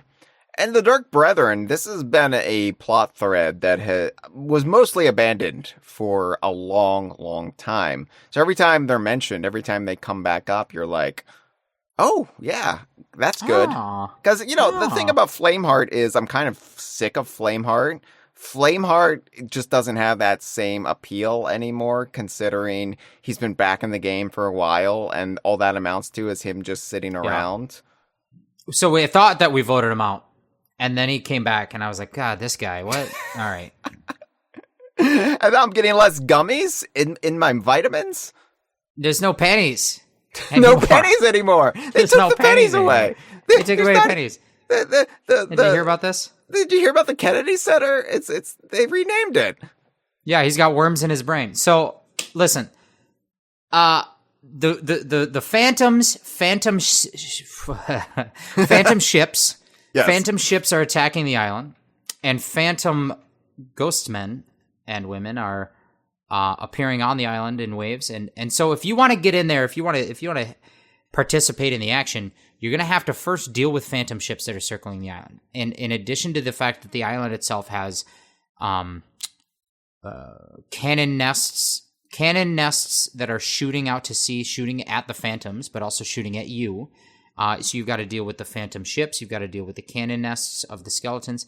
It's basically ghosts versus skeletons, and you are against both. It's you versus the ghosts versus the skeletons. Yeah. And it's exciting. It's a little bit of an upgrade over the typical routine of a fort. You get in there, and not only is all that, but you've got, like I said, the waves of phantoms will attack the skellies. There's traps you can activate. There is now a weapons cache, which we like to refer to as the she shed. I don't remember why. I know we couldn't call it the donkey shed because there's no magic babies inside. No magic babies in there. There's no wise men. By the way, can I just say, if 3 old men are trying to give gifts to your child and they're strangers, I call that a manger danger. Okay, Let's all right, little comedy bit. I think you make a lot of frankincense there, Jeff. Thank you, Myrrh. I don't remember why we call it the she shed, but I also don't remember why we call the main central building on a fort. We call that the Pizza Hut. The Pizza Hut. We've always called that the Pizza Hut. We've been calling that the Pizza Hut since 2018. Right. So the thing about us is that we come up with bullshit terminology that is in no way embraced by the larger community of people playing this game, like chicken porch. Right, the chicken porch or the roach spot. Right. This is how you know we really play this game, because we're full of shit. We're talking about nonsense. Like, if we were paid shills, we would not have stupid nicknames for everything in the game. And we also probably wouldn't be talking about a podcast for a current total of -4 viewers. Yeah, the she shed is cool, though. Let's talk about it. Yeah, I like the she shed. You have to defeat a Master of Arms skeleton. His skull will drop. The skull is now a new loot item called the Skull of Arms, which you can go sell, or you can use it as a key to open the she shed. And inside there, what do you find? A bunch of cool weapons you can use during the ensuing battle. Yeah. Like one of those black powder barrels, or Ashen Wind Skull, or one of the Chest of Rage, not Chest of Rage, Cannon of Rage cannon. etc. Yeah. It's kind of cool to have that like extra perk, because usually when you're doing a skeleton fort, you might defeat the skeleton captains and they'll drop skeleton orders and you're like, oh, I can dig up ancillary treasure here. But this actually ties into the events as they're happening, because you can get an advantage completing the fort, or if there's other crews coming in, defending the fort and defending your stake in the fort from them by opening up the she shed, using the inventory, the armory inside. Although that can then be used against you as well, so choose wisely. Yes, definitely. And I like this. Like you said, sometimes you get the skeleton's orders, and if you could take the time to go and dig them up, you might find like a crate of fire bombs or something useful that you could use in the fight. But you never do it. You're in the middle of the chaos. You don't have time to look at a map, find the spot, dig it up. You're going to be attacked by a skeleton. There's no way. You never have the time. This is like that, but convenient. It's like, okay, you just have, here's a key, go unlock the door. You don't have to like fumble with a map and look around and get attacked by a skeleton. Just go unlock the door to the she shed. And now you've got a stash of weapons that you can use for this ensuing fight. I love it. It's fun.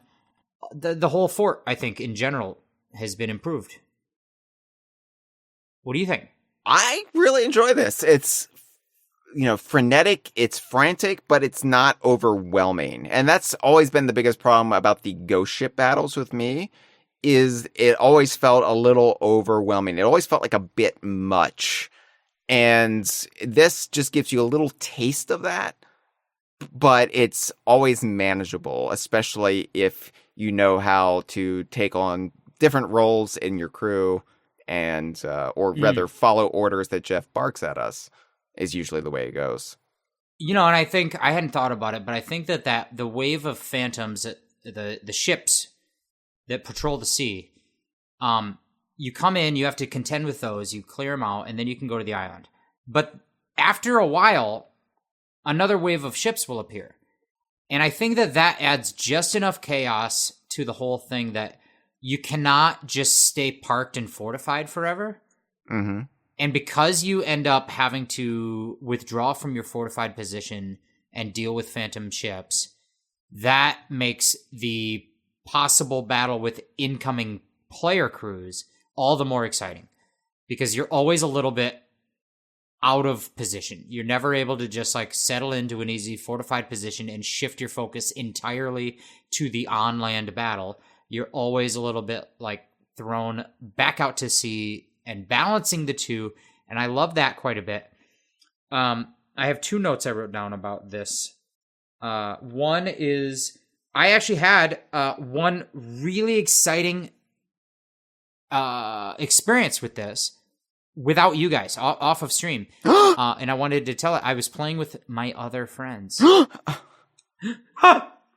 And we played one of these forts. And at one point, I'm trying to remember all the details, but basically what it boils down to is there was a brigantine heading to it.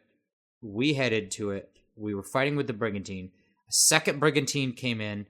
We're fighting two brigantines. We kind of fled to just re-get our bearings because we were on the ropes. And then the first brigantine sank the second brigantine. And at that moment, a third brigantine came in. And we went and fought them, but then we got krakened. And while we were krakened, the fourth brigantine got stuck in the Kraken ink with us. We both sank, and then we respawned, and we sailed back there. And at that time, a fifth brigantine had started coming, but also the first was still there, and the second was still there, but a fifth totally different one was there. And so over the course of this battle, every ship on the server ended up, at one point, fighting over this fort. 4 of them being brigantines that were not us. And it was awesome.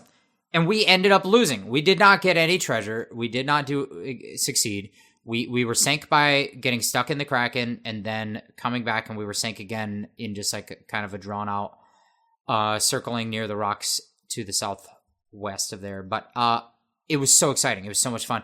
And I feel like that's the kind of thing that when the game does new features or limited time features, it creates those moments in time that draws crews together that maybe I'll never have that experience again at this specific Reaper Fortress. Right. Because it's not new now. Maybe the next time they do something crazy with forts, I'll have that experience again. But until then, I might not get that, because the fact that it was new created that scenario that drew everyone together. And that's what makes Sea of Thieves so exciting. And that's why the game needs to constantly be updating and evolving, because if they aren't keeping it fresh, they're not drawing in these new scenarios like that. Anyway, it was awesome. I agree. And I just like this structure for Fort because, to speak of what you were saying, somebody basically has to stay with the ship, right? Like, and you don't have to, but if you're going to manage the ghost ships and everything else, it's a good idea that at least one person stays aboard. And so it kind of breaks up the very monotonous routine of a Skelly Fort, where you just all go to the skeleton fort and you just hack and slash and defeat the skeletons. Oh, is there another crew coming in? Well, keep an eye out, but let's just hack and let's just slash and let's just get through it.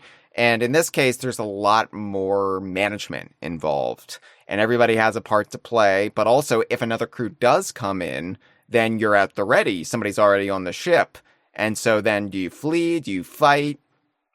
Does one person come back to the it's more fun when you're on your toes rather than just sinking into the same old.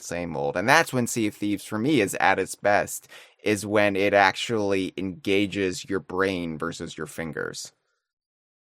No, I agree with that. I did have one other note wrote down about these, which was I had that one sticky note where I wrote tiny pumpkins. And I wrote another sticky note. It says cloud hat. And then I had to really think about what that meant because I forgot. But originally the skeleton fort is represented by a cloud in the sky of a skull. And now this Reaper Fortress, the cloud in the sky has a hat on.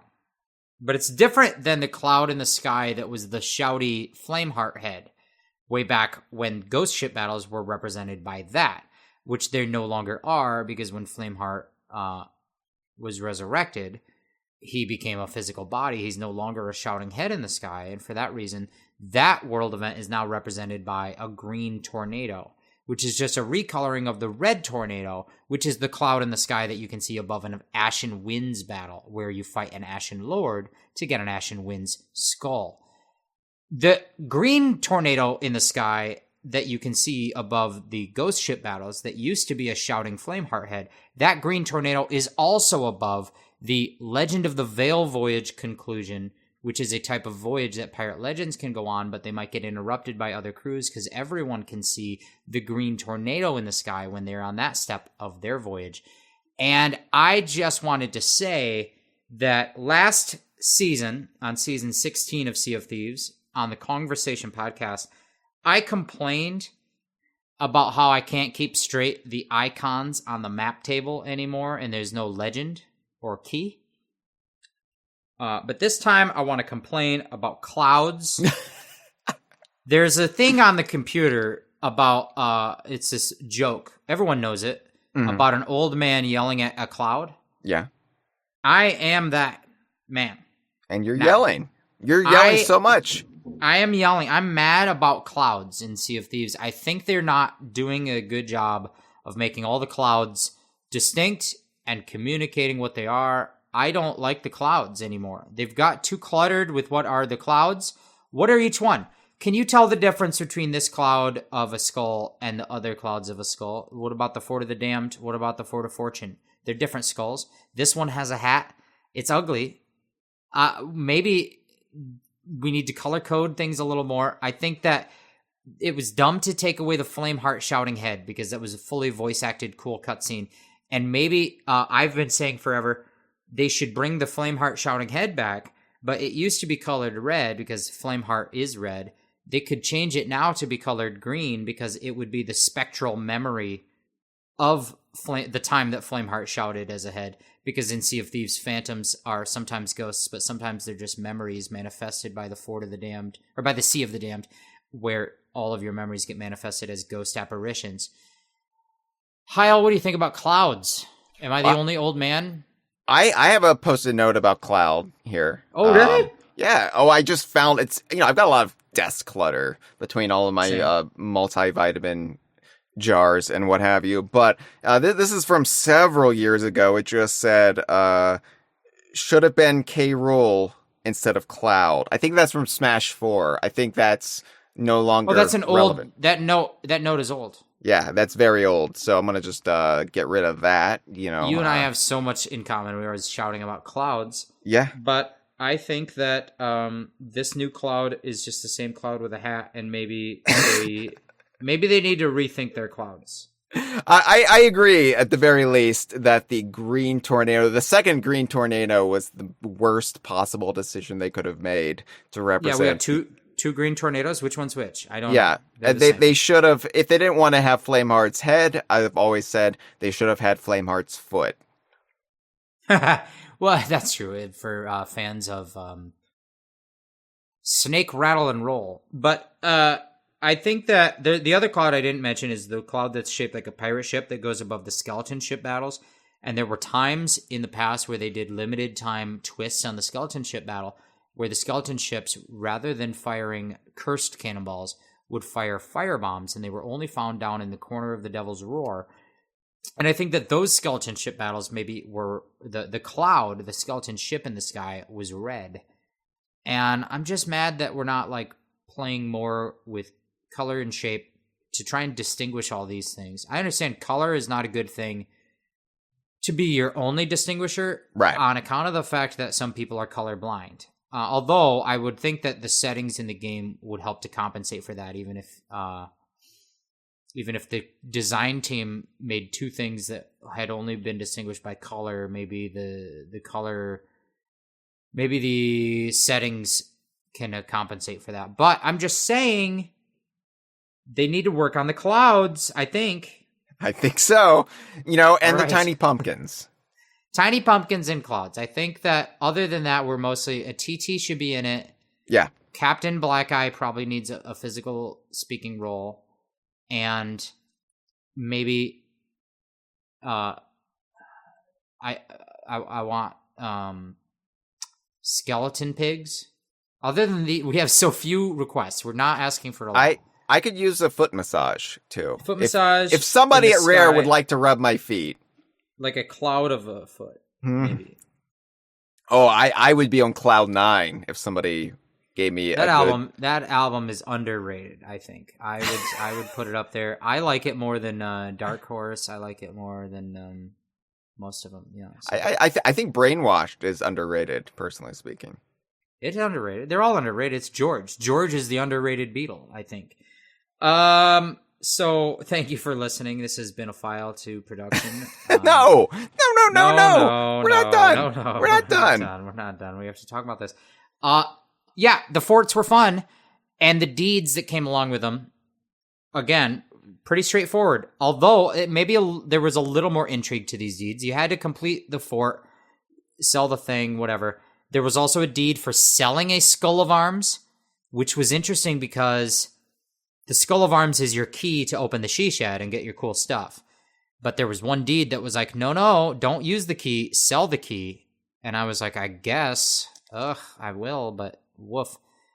So that was one of the deeds. There was another deed for defeating skeletons by blowing them up with black powder barrels on an active fort. Yeah. This we actually maybe had a little trouble with. Wouldn't you say that? It's a little finicky, this one. Sometimes they have these deeds or commendations or achievements, and you go through the process and you think you do it, but it just doesn't trigger it because some little bit of minutia doesn't go right. It's like at the grocery store when you do self-checkout and you put it in the bag and it doesn't register the weight and it says, please please make sure you put everything in the bag. And I was like, I just did. It's in there. What do you want me to do? It's like that. And then you're complaining even more because you're getting less in the container than you did just a year ago, despite paying even more. And I still remember all the phone numbers. So anyway, yeah, we're just old men. We're becoming older each year, and our complaints are going to get even more boring and trite. Yeah, they're gonna cast us as Commissioner Gordon in a Batman. So anyway, we had trouble because I think this was an individual commendation.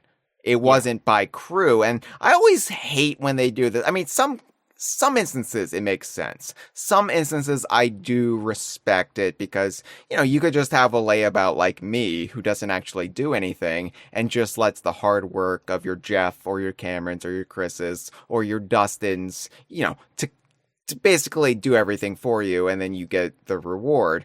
But in some cases, in like the instances where you have to defeat a certain number of skeletons or other enemies with an explosive in a very confined setting, I think it makes sense to just let it be for the crew, because if you have to work together to really achieve that.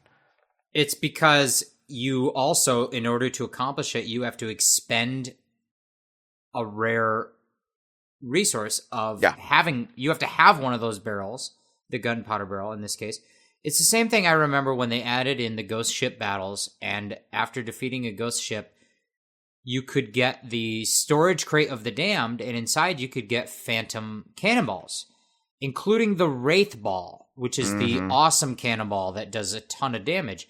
But then there was a commendation for hitting other crews with the Wraith Ball, but every single time you did this world event, you would get like 2 Wraith Balls or something. Right. And so it was an individual crew accomplishment, but you had to do it like 10 times for the commendation, and you only got like 2 of these cannonballs, so you had to do it 10 times. What if you missed? And every member of your crew had to do it, so it just became like a wildly imbalanced thing where it felt like if one member of my crew nailed that hit by that cannonball, it probably should have counted for all of us, because you're expending that rare resource of the Wraith Ball in the process. I think the same thing here. If you're expending a black powder barrel to do the task, probably it should count for the whole crew, because it means that if everyone has to do it, we have to go get more black powder barrels, and it's kind of annoying. We did our best to figure out what's the way to cheese this. Like, how should we go on a route run, get some powder barrels and come back and let each person try, and then go on another one and come back and then hope that the fort is still here. We did our best to figure out the way to do it, but it was a little bit, this one took a little more focused effort. Yeah. This was the only, I think, part of the act structure that I felt like, oh yeah, this is the kind of thing in Sea of Thieves I don't like all that much. But it was easy enough to get through. We did. And it wasn't that much of a blemish on the entire season that I'm actually upset about it. Yeah, no, it's fine. And then, we did. I think all of us completed the deeds fairly straightforwardly. We got all the time limited rewards. As I said, every month of the season added other little features and things. We won't touch on all of it. They did faster weapon switching and immersive spatial audio. I don't know what all that is about. There was mega stashes, though. Mega stashes were, every time you did one of these forts, you had a chance that the vault of treasure inside was a mega stash that was just loaded with chests of legends and chests of fortune, right? Right. Got it once. One of them? Got it once. You got it. Yeah. I think I didn't. I think you did it without me maybe once. Yeah. It's fine. Kind of fun, though. Yeah. It's always a surprise. It's always a delight when you see all that treasure in there. And then again, you're like, oh, do I prioritize the really good stuff? And I think that's a new pressure. Yeah. Yeah. And I think that was part of the argument we had as a crew, because I think Chris was just like, well, just get the one thing. And I'm like, no, I want to be a greedy little gobbler here. I want as much as possible, because when have we ever seen this much stuff? I mean, I love it. I love that. That is the most fun in Sea of Thieves, is that dilemma of greed and balancing like what is our priority. So yeah, good. And then of course other stuff. Twitch drops, Black Friday sale. We're getting into November. It should be noted, Sea of Thieves season 18 was delayed a month. It did not launch in November as intended. Yeah. So this season did go long, and in some ways that's worse. Maybe ended up being better and fine for the podcast purposes at least. But I thought that the amount of time we were spending just doing these route runs was great. We were having fun with it. I think maybe by the end of it, it had grown long in the tooth for a lot of us because we were trying to complete commendations for a bigger quest that we'll talk about in a minute. But how did you feel about the long season, and generally, did your opinion on the features change as the season went on, or are you still enjoying the Smugglers runs? Where are you landing now with Smugglers run features? Generally, I don't mind the longer seasons. I actually kind of prefer them. But then again, I am also the person who tried to keep a website going for 11 years without a new Donkey Kong game. So I'm used to it. I'm used to being patient. And it is never a bad thing for me to really have more time to get to know and appreciate the features in a season. I did think it was kind of getting long in the tooth by the end of it, especially as we were trying to get this one commendation or to clear off several commendations to be able to access this one commendation. And, maybe that was just the pressure that we were putting on ourselves because of doing this podcast before the end of the year. And, maybe that's the type of thing that a normal player would be like, well, I don't need to focus on this right now. It'll come to me when it comes, and then I'll get to see it. But I think doing that then revealed some maybe greater imbalance in the way that was structured. But all in all, I think this was the most fun I've had with a new season's additions and improvements to the game than I've had in a long, long time. Even seasons I've really enjoyed, like season 15, I appreciated all the new Hunters stuff. But if I'm honest, have I really stayed engaged with any of that stuff other than getting gored by a boar when I'm not paying attention on an island? Not really. Those treasured fish quests, fuck them. What the, I don't mean to be rude. I don't mean to be crude. I'm not some sort of Teenage Mutant Ninja Turtle here. You don't mean to be lewd. Yeah. The thing is, right? You don't mean to have a tood. Those underbaked things like, you can collect these treasured fish, which are identical to the normal fish, except they're just planks of wood that lay on the floor of your ship. That sucks. And this stuff, I think, got back to the heart of what makes Sea of Thieves one of my favorite games ever. And it did it in just a tweak of the formula. And in a way that wouldn't have appeared sexy to me when it was first announced back in June. It's like, I don't care about this. But turns out the season that on the surface looked to be the least appealing to me was the most fun of the year. I'm with you. I think that like Hunter's Call and all that stuff, more interesting on its face. But I think it is an empty room with no wainscoting. And I think that goes a long way. I think that the structure and the backbone of it all really does go such a long way to selling us on new features and keeping us engaged in the story as it goes on, which is the part that I liked about it. So good job with that. There's only one last thing we have to talk about to wrap up the podcast, which we had been alluding to, this ongoing quest for commendations, and I'll let Hyle kind of lead us into that. Yeah. Well, it's not so much a quest as a request, Jeff. Oh! So there's a commendation that appeared at some point in the season. I forget when. I don't think it was there at the beginning. But it just said complete Lottie's request. It's like, okay, that's vague. So along the way, there have been a few mysterious things about this season. As you mentioned, there were these lore journals that would be washed up in some of the smugglers' cargo on the beach. Sometimes you find them in a shipwreck.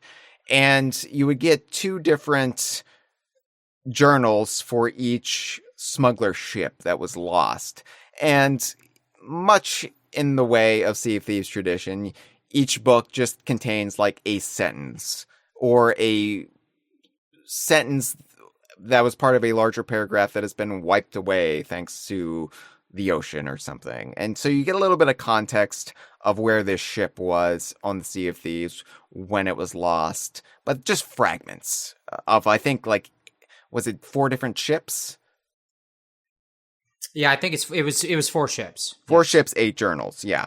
And so that is one of the commendations, is read each journal from each ship, 2 for each ship.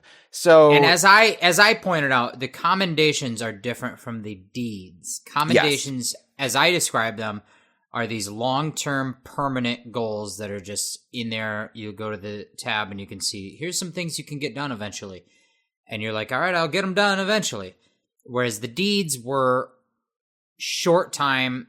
You got to get these done this season or this act. Yeah. So, yeah. So anyway, along the way, too, there's this dialogue from Low Tide Lottie, the Lottie in Lottie's Request. She is one of the smugglers. She's in the cave of, which island is it? Cannon Cove? I believe it is Crescent Isle. Crescent Isle, not to be confused with Crescent Island from Diddy Kong Racing. Not to be. Not to be. So she's mentioning that if you prove yourself to be a real hardcore smuggler, she might task you with something else. And basically, this is a big, not even mystery, although I guess there's some elements you have to figure out, but you effectively have to complete all of these smuggler commendations before or prior to the addition of the Reaper's fortresses. So nothing about like selling the Skull of Arms or using a Skull of Siren Song on Phantoms or whatever. None of those commendations, but all the commendations that relate to cargo and finding cargo and selling a specific amount of cargo to the smugglers.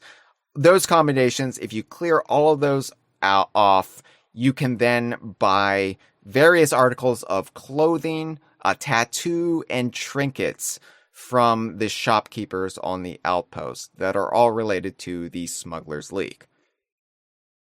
Yes.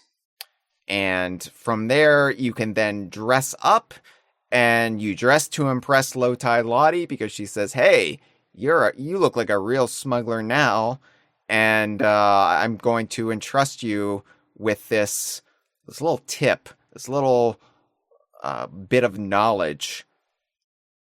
If you go to Wonder's Refuge, you go into the secret cave there, maybe snoop around there.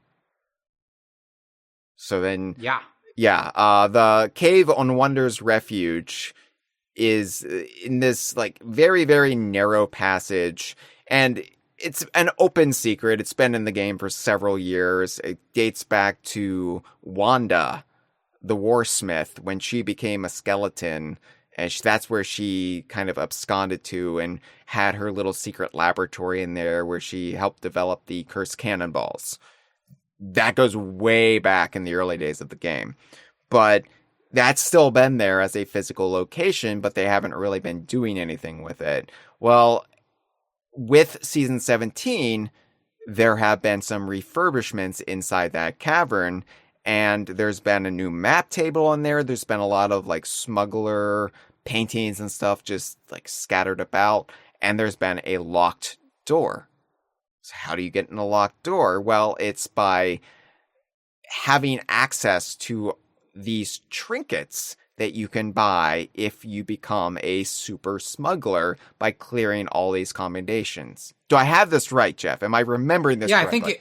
I think you've got it all right. Now, if as a player just going into this blind, how would you know even that this mystery is here? How would you get a hold of any of this? Is basically that one, like Hyle pointed out, after Act 1, sometime later in the season, under the list of commendations, a commendation conspicuously just appeared that said, complete Lottie's request. And I think that it'd be easy to miss this, but I also think eventually everyone is going to see this and say, well, what does that mean? That could drive you mad. What does that mean? There's a task that just says complete Lottie's request. Well, you're going to go talk to Lottie. You're going to try and figure out what they're talking about. And that's eventually going to lead you on this goose chase. It's not a goose chase, but it's going to lead you on this quest of trying to figure out, what does Lottie want? She's only going to talk to you if you look like a true smuggler. Well, we can figure out that if you complete these commendations, you're going to unlock the clothing. And if you unlock the clothing, then Lottie will tell you, go to Wanderer's Refuge. And once you get there, you're going to have the newfound ability to interact with the table, and it's going to tell you can put trinkets down on this table. Yep. And if you see that, then you're going to think, oh, well, maybe I need to unlock new trinkets, because there's other commendations that will unlock more trinkets. You can buy them from the shipwright or on the outpost. And so anyway, long story short, if you've unlocked all these things and you've followed this breadcrumb trail, you will eventually be able to solve that you need to put these ship trinkets of these various smugglers' ships on a map table in Wanda's old workshop on Wanderer's Refuge.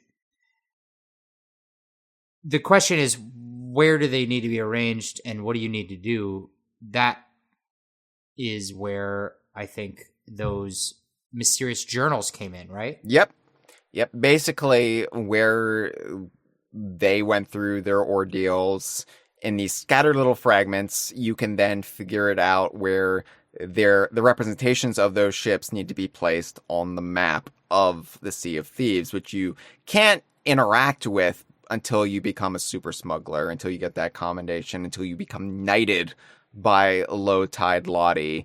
And then you can interact with the map and, place the trinkets. And basically, I mean, this is the kind of mystery that I can wrap my head around in Sea of Thieves. Some of the stuff they've done in the game, it's been very ARG centric or very super online kind of, they haven't really been mysteries that you can solve in any real way. Because the sweaty tryhards will get to it first, or you have to watch a video of a fucking orb for 24 hours or something. And, basically you have to just give up on your life. And as somebody who's created bullshit mysteries in the past, find the missing episode of the Kongversation season 6, blah, blah, blah, blah, blah. I, at the very least, can respect when they're done well. And I don't know if this is done well, but at the very least, it's something that a player can figure out on their own through context clues in the game itself. You don't have to go through any outside sources. You don't have to just go running to a mirror on Rare Thief whenever you hit the wall. You can figure this out on your own. And in fact, you can't engage with it until you do. Yeah, I enjoyed this. I think, and we'll talk about what is the payoff of it. We'll get to that. We will talk about maybe if we had any problems with it. But just generally speaking, everything you just said, I like that as far as mysteries in Sea of Thieves go and have gone, they for a couple of seasons way back, they wanted to do a big ongoing mystery all the time. And so they did one mystery that was who killed DeMarco murder mystery, went on for a while. And then there was one that was this gold hoarder mystery that went on for a while. And I liked these because, again, it fed into that sense of ongoing changes in the world of the game. Every time you logged in, there would be some little changes in the world and you'd have to discover them. But the problem with those that I had was it felt like just an average player could not keep track of them and would really have no way of knowing what was going on. And the only people that were keeping track were the most plugged in mystery solving sleuths. And we would try to keep up, but every time it was just like, okay, well, we need someone who knows what's going on to basically tell us, go look at this, this, and this. We would go, and we'd call it a lore tour. And we would just like sail around to be like, by the way, this month, there's a new skeleton has appeared on this island, and it's got a little note with a little mystery note, and you read it. And then if you can figure out, then you'd have to go to the Uncharted Island at K13 or whatever, and then you go talk to them and do whatever. And I enjoyed that was going on, but it certainly didn't feel like something that the average person could keep up with. Yeah. And it certainly wasn't something the average person could solve, because the actual puzzle element of it was, like you said, more ARG type stuff of like pulling in little clues from something they posted on Instagram, and it tied into something that they posted on Facebook. And then if you connected that to the weird little Twitch, TikTok bullshit, and it all, like, I understand why companies do stuff like that, and I appreciate the effort that went into it. However, it gets to be a little much. Yeah. And I personally cannot keep up with all of it. And I think the notion is that the community will come together to solve it. But really what that means is like the hyper intensive people that are into it will solve it, and everyone else will just have to follow their directions. And so it's whatever. This was interesting. It was a little different. You still had that element of there's some little story being told in the game that's not being outwardly communicated. It's still mysterious. It's not like front and center. You have to do some digging to get it, but you can do all the digging on your own and you can solve it. That's what I liked about it. I know. And it's also something that is gated to your pirate regardless of crew. Like, we can experience what Cameron was able to experience because Cameron was the one who actually got to super smuggler status first. And that's just through sheer luck of the draw. Cameron had read a journal I didn't. And because of that, because I'm one journal shy from being super smuggler, that means Cameron was able to do this. And that's all we really needed to be able to talk about it. But I also like that it's very personalized in that way because, yeah, it's something that the community can solve, but it's still something your pirate has to do. And you can just plausibly figure this out on your own, even if you're not plugged into the greater online hive mind. Right. So let's talk about it. You had to complete all these combinations to get the outfit, to unlock the clothing and dress up. Then Lottie would trust you enough to tell you where to go, and you'd then have the ability to interact with the map. If you had the other combinations done, you'd have unlocked the little ships. You put the little ships on the map in the right places, and the way you would know the right places is if you had read all those journals and actually memorized or screenshotted what they said, because at the time it seemed like those were just nonsense, but they actually mattered to the puzzle. Once you've done all that, the door will open and you can go inside. And what happened next, I'm not going to overhype it like this is some grand reveal. Now, I remember we talk about like the DeMarco murder mystery was this months-long thing going on that, whether it's ups and downs or whatever, it had a really, I would say, satisfying payoff of like a cutscene, right? I don't want to overhype this. It's a kind of a little thing. It's just a little thing, but sometimes little things are what I like the most in games like this. Stuff that aren't really necessary, but they're there for the people who appreciate it. I agree. And what it is sort of teasing and setting up some things to come. But I think that's exactly what was maybe missing from the game in recent seasons, is a little bit of this attention of giving the players some mysteries to chase and some teases and allowing them to speculate or imagine. And so then what do? You go in this door that you've unlocked through all your good sleuthing, and in the back of Wanda's workshop, in in the old time shrine to Flameheart, which had been there forever, we get to meet a returning character we have not been able to see for a long time. Duke the Bilge Rat. Yeah, Duke. I was happy to see Duke. And it's funny you just said all that because I was just thinking they really stopped doing a lot of this stuff when they removed Duke from the game. Duke often facilitated the notion that Sea of Thieves was a living and breathing environment that constantly evolved and had, I think most importantly, cause and effect. Something would happen in the game that would then trigger something to come later in the game. It wouldn't just be, oh, there's boars now. Watch out. There would be a reason behind the boar back in the good old days. And so Duke would often, either from his position in the taverns when you would first start up, tell you, hey, watch out for this, or I hear whispers of this on the wind. Then later on, he would be hiding on different islands here and there when Lorena took over his role in the taverns, or outside the taverns in her case. And then, Duke later kind of made a heel turn, joined the Dark Brethren, or I guess founded the Dark Brethren, and went through a bunch of shady shit. And then Duke kind of just became non-existent in the game.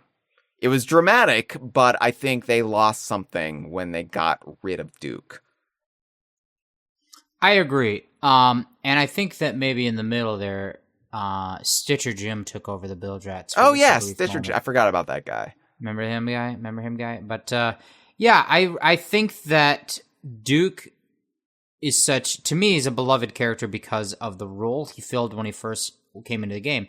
Is that he was the guy that introduced each of the monthly events. It was like, hey, new gameplay is happening. Along with that new gameplay, new challenges are happening to highlight the gameplay. And along with those challenges, new story beats are happening from me, Duke, to explain sort of the context.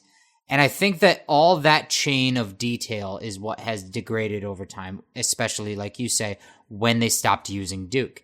And then you get into the little, the world is evolving. Here's an example. Eventually, they added the Reaper's Hideout to the game. But before they got there, they spent 8 months taking that little uncharted island in the middle of the map and building it up and teasing what it was going to become. Same happened with the Sea Dogs Tavern up on the weird mountaintop. All this stuff, they sometimes have done this, like when Golden Sands Outpost eventually grew up into Merrick, Port Merrick. All these little things where that feeling when you log into the game and you go and are eager to check on the progress of a little thing that's changing every month. Yeah. From little stuff like the Castaways camp on the outpost slowly getting built up. And it feels like we haven't had that for a while. Duke kind of brought that around. Duke would appear and he would have text and dialogue. Anyway, I'm agreeing with you. We missed Duke for that reason. So Duke is back. And Duke is still committed to the Dark Brethren. Dark Brethren are sort of this neutral faction that don't agree with Flameheart, and they don't agree with the Pirate Lord. The Pirate Lord represents pirate legends that I think are roughly the good guys of Sea of Thieves.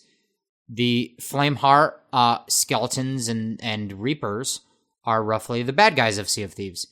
And the leader of the Dark Brethren, Wanda, decided to reject Flameheart because she's the Harley Quinn to his Joker. They had a bad breakup. They did. And now Duke was seduced kind of by this this third faction of all this. And I think that this I never really bought into Duke turning evil, whatever his turn was. Yeah. Until this. I think this little cutscene we see with Duke really, to me, was the first time we got a good look at what Duke thinks about it. And I finally was like, oh, I kind of get it. Yeah, I think that, I don't even know if it's appropriate to say Duke went evil. He's more of a tweener between like I said, the light and the dark factions. Well, at the time, it was like when the first time we really get a reveal that he's joined the bad guys was when it was Davy Jones and the Gold Hoarder and the Siren Queen. I guess, and at that time, it really did feel like the bad guys. Yeah, those were actually the bad guys. Aside from Flameheart, those were the primary villains of both Sea of Thieves and the Pirates of the Caribbean movies. Right. And so that heel turn to me felt pretty kind of maybe sudden or not like believable or explained. But I think that what we get here after you've completed Lottie's request, and maybe we should have said these are spoilers. I don't know. I don't think anybody cares. If somebody's listening this far in, they don't care.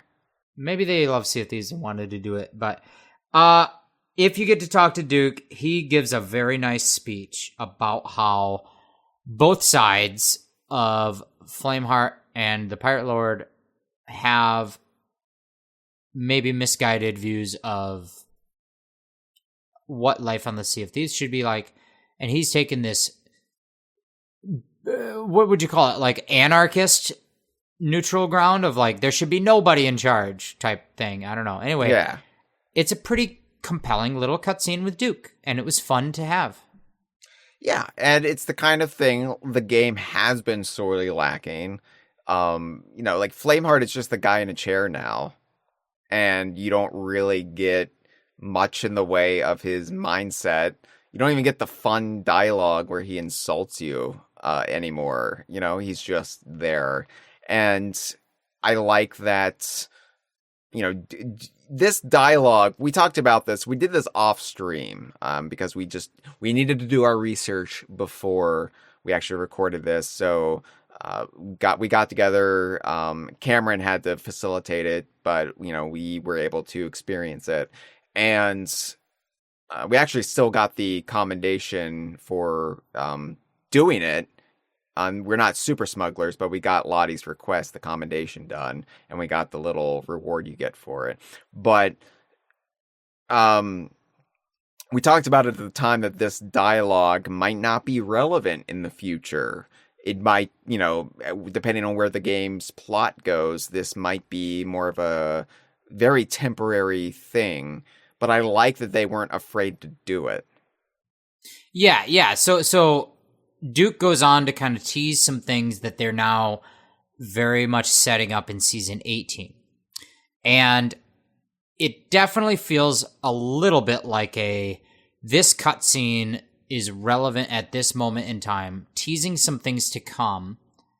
And if you wait and check out this cutscene in like a year and a half, it might be like you've blown right past the story and this won't matter to you at all, which is fine. But I maybe that can open up into another conversation, is that I love that they put this in there. They put in a little mystery you can solve that is paid off by a cutscene that teases some things that are happening now in season 18 and maybe slightly beyond. Yeah. I love that. That is what has been missing. That attention to detail with the story of bringing in these characters, people wondering, what have the Dark Brethren been up to? We've never heard from Duke in a while. And then teasing things that we don't have answers to yet, like the things that are ongoing. I love all that. Maybe the only problem with it, if I had to think critically about it, is the only way to experience this mystery is you did not have to go through and do those quick and easy deeds. You had to go through and do all of those long-term commendations, which I've kind of mentioned a couple times on this episode, that the commendations are a little bit like the, go do this thing 100 times at some point over the next 3 years type of tasks. Yeah. Whereas the deeds are more like, here's this new thing, you should get this done right now to get the time-limited reward. And I feel a little bit like the balance here might have not been ideal.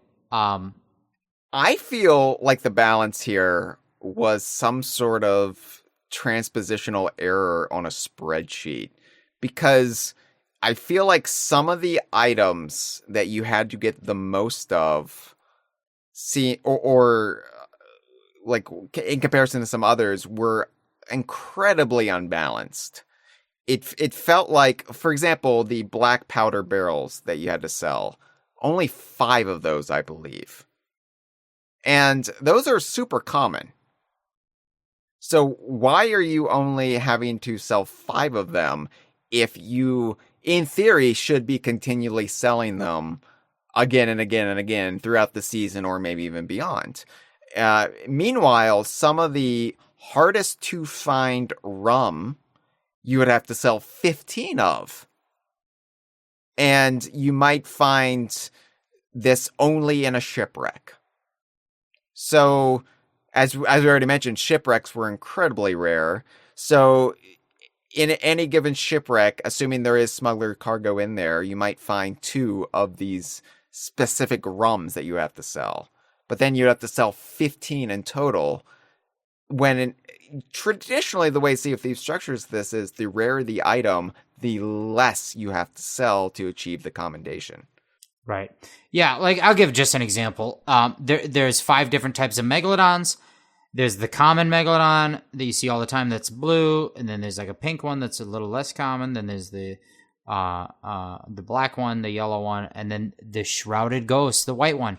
You never see that guy, except for us. We saw him once. We're good. Yes. But if you look at the commendations, there is a commendation under the whether it might be a Pirate Legend commendation, but it says, kill that regular stupid blue megalodon 500 times.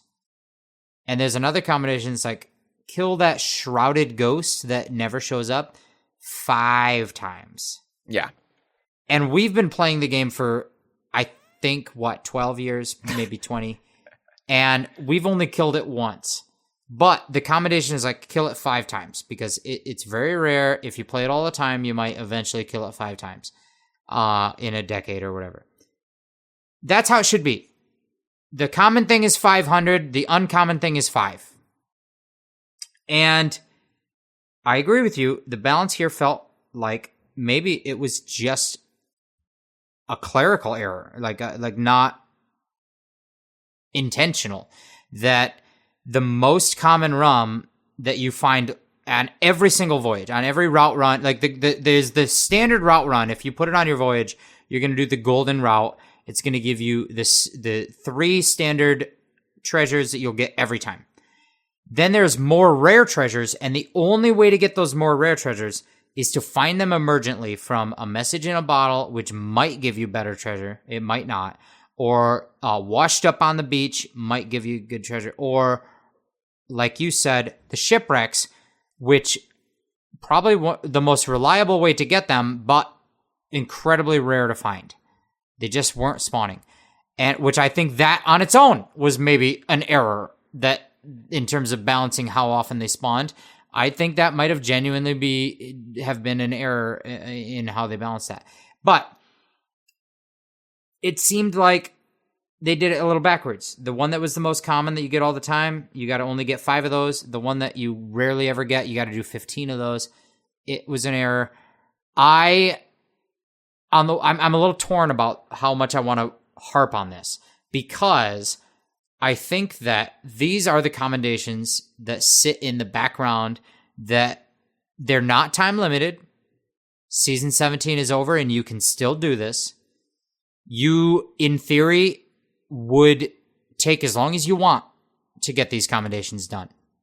And a lot of these commendations that are in these tabs, they're not balanced to be done in a season. They're balanced to be done over a couple of years or 5. And I think that's fine. And so a part of me is saying, like, no, these are commendations. They don't have to be easy to achieve. They should take some time. And just because we really tried to finish them in one season, it doesn't mean that most players will try to finish them in one season. And maybe that's a problem with our approach of how we want to journalistically tackle it versus how most people will play. Right. Part of me wants to say that. Now, however, I want to come back to that point of like, but this cutscene feels pretty time relevant. This cutscene feels like the stuff they're teasing is exciting to us right now because we don't know where it's going. But if you wait 3 or 6 months, it might not be relevant anymore. You'll get the answers. So that's the only fault I'll take with this. But Hyle, I just wanted to say that overall, I'm happy this is in there. Yeah, as am I. Like, I don't want Duke to permanently be attached to this one thing and, like, they can't use him again. That's kind of been the problem Sea of Thieves has run into, is they'll take really interesting characters off the board because they'll be forever attached to something very specific, and if they remove them, then you can't do the thing. Like, for example, Salty the Parrot. Yeah. We love Salty. Salty is one of the greatest characters in the game, but Salty is now kind of irrelevant to Sea of Thieves in an ongoing state because Salty is just attached to the specific tall tale. Right. So, yeah, like, I'm happy to see Duke, and I don't want them to feel limited then in using Duke in the future. But overall, despite our quibbles, despite our complaints and criticisms, we're always going to have those. I think so much of this season was a step in the right direction. I think this is the first time I've really come out of Sea of Thieves season. You know, I always try to find the positives in something before I tear it down. And sometimes that's hard. Sometimes I'm just kind of indifferent to a season. But this is the first time where I'm looking at the commendations and everything that this season introduced. I've spent more time doing the Smugglers League stuff than any of the new stuff going back to the introduction of the Phantom Sea Forts. Wow. Which was season 6. Yeah. All the stuff that's been in the game under that Adventures at Sea tab, formerly Bilge Rats, that has been in the game since Sea Forts. I have not engaged with as much as I have engaged with Smugglers League stuff. And I'm almost done with all the commendations in that category, which I think speaks to how fun not only I felt this was, but we collectively as a crew found it. And so, yeah, I think they made a few missteps here or there, but it's not, nobody's perfect. It's fine. I still had fun. I still had a good time.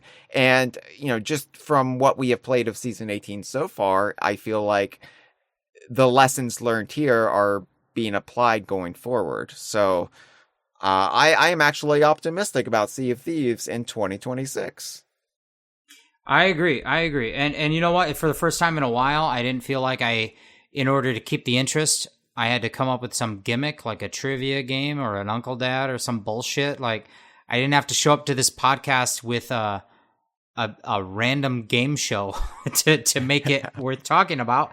I just was ready to talk about this game with you. And I'm glad it's not the last episode of the podcast for the year, because that would be crazy. This is the Bonanza year.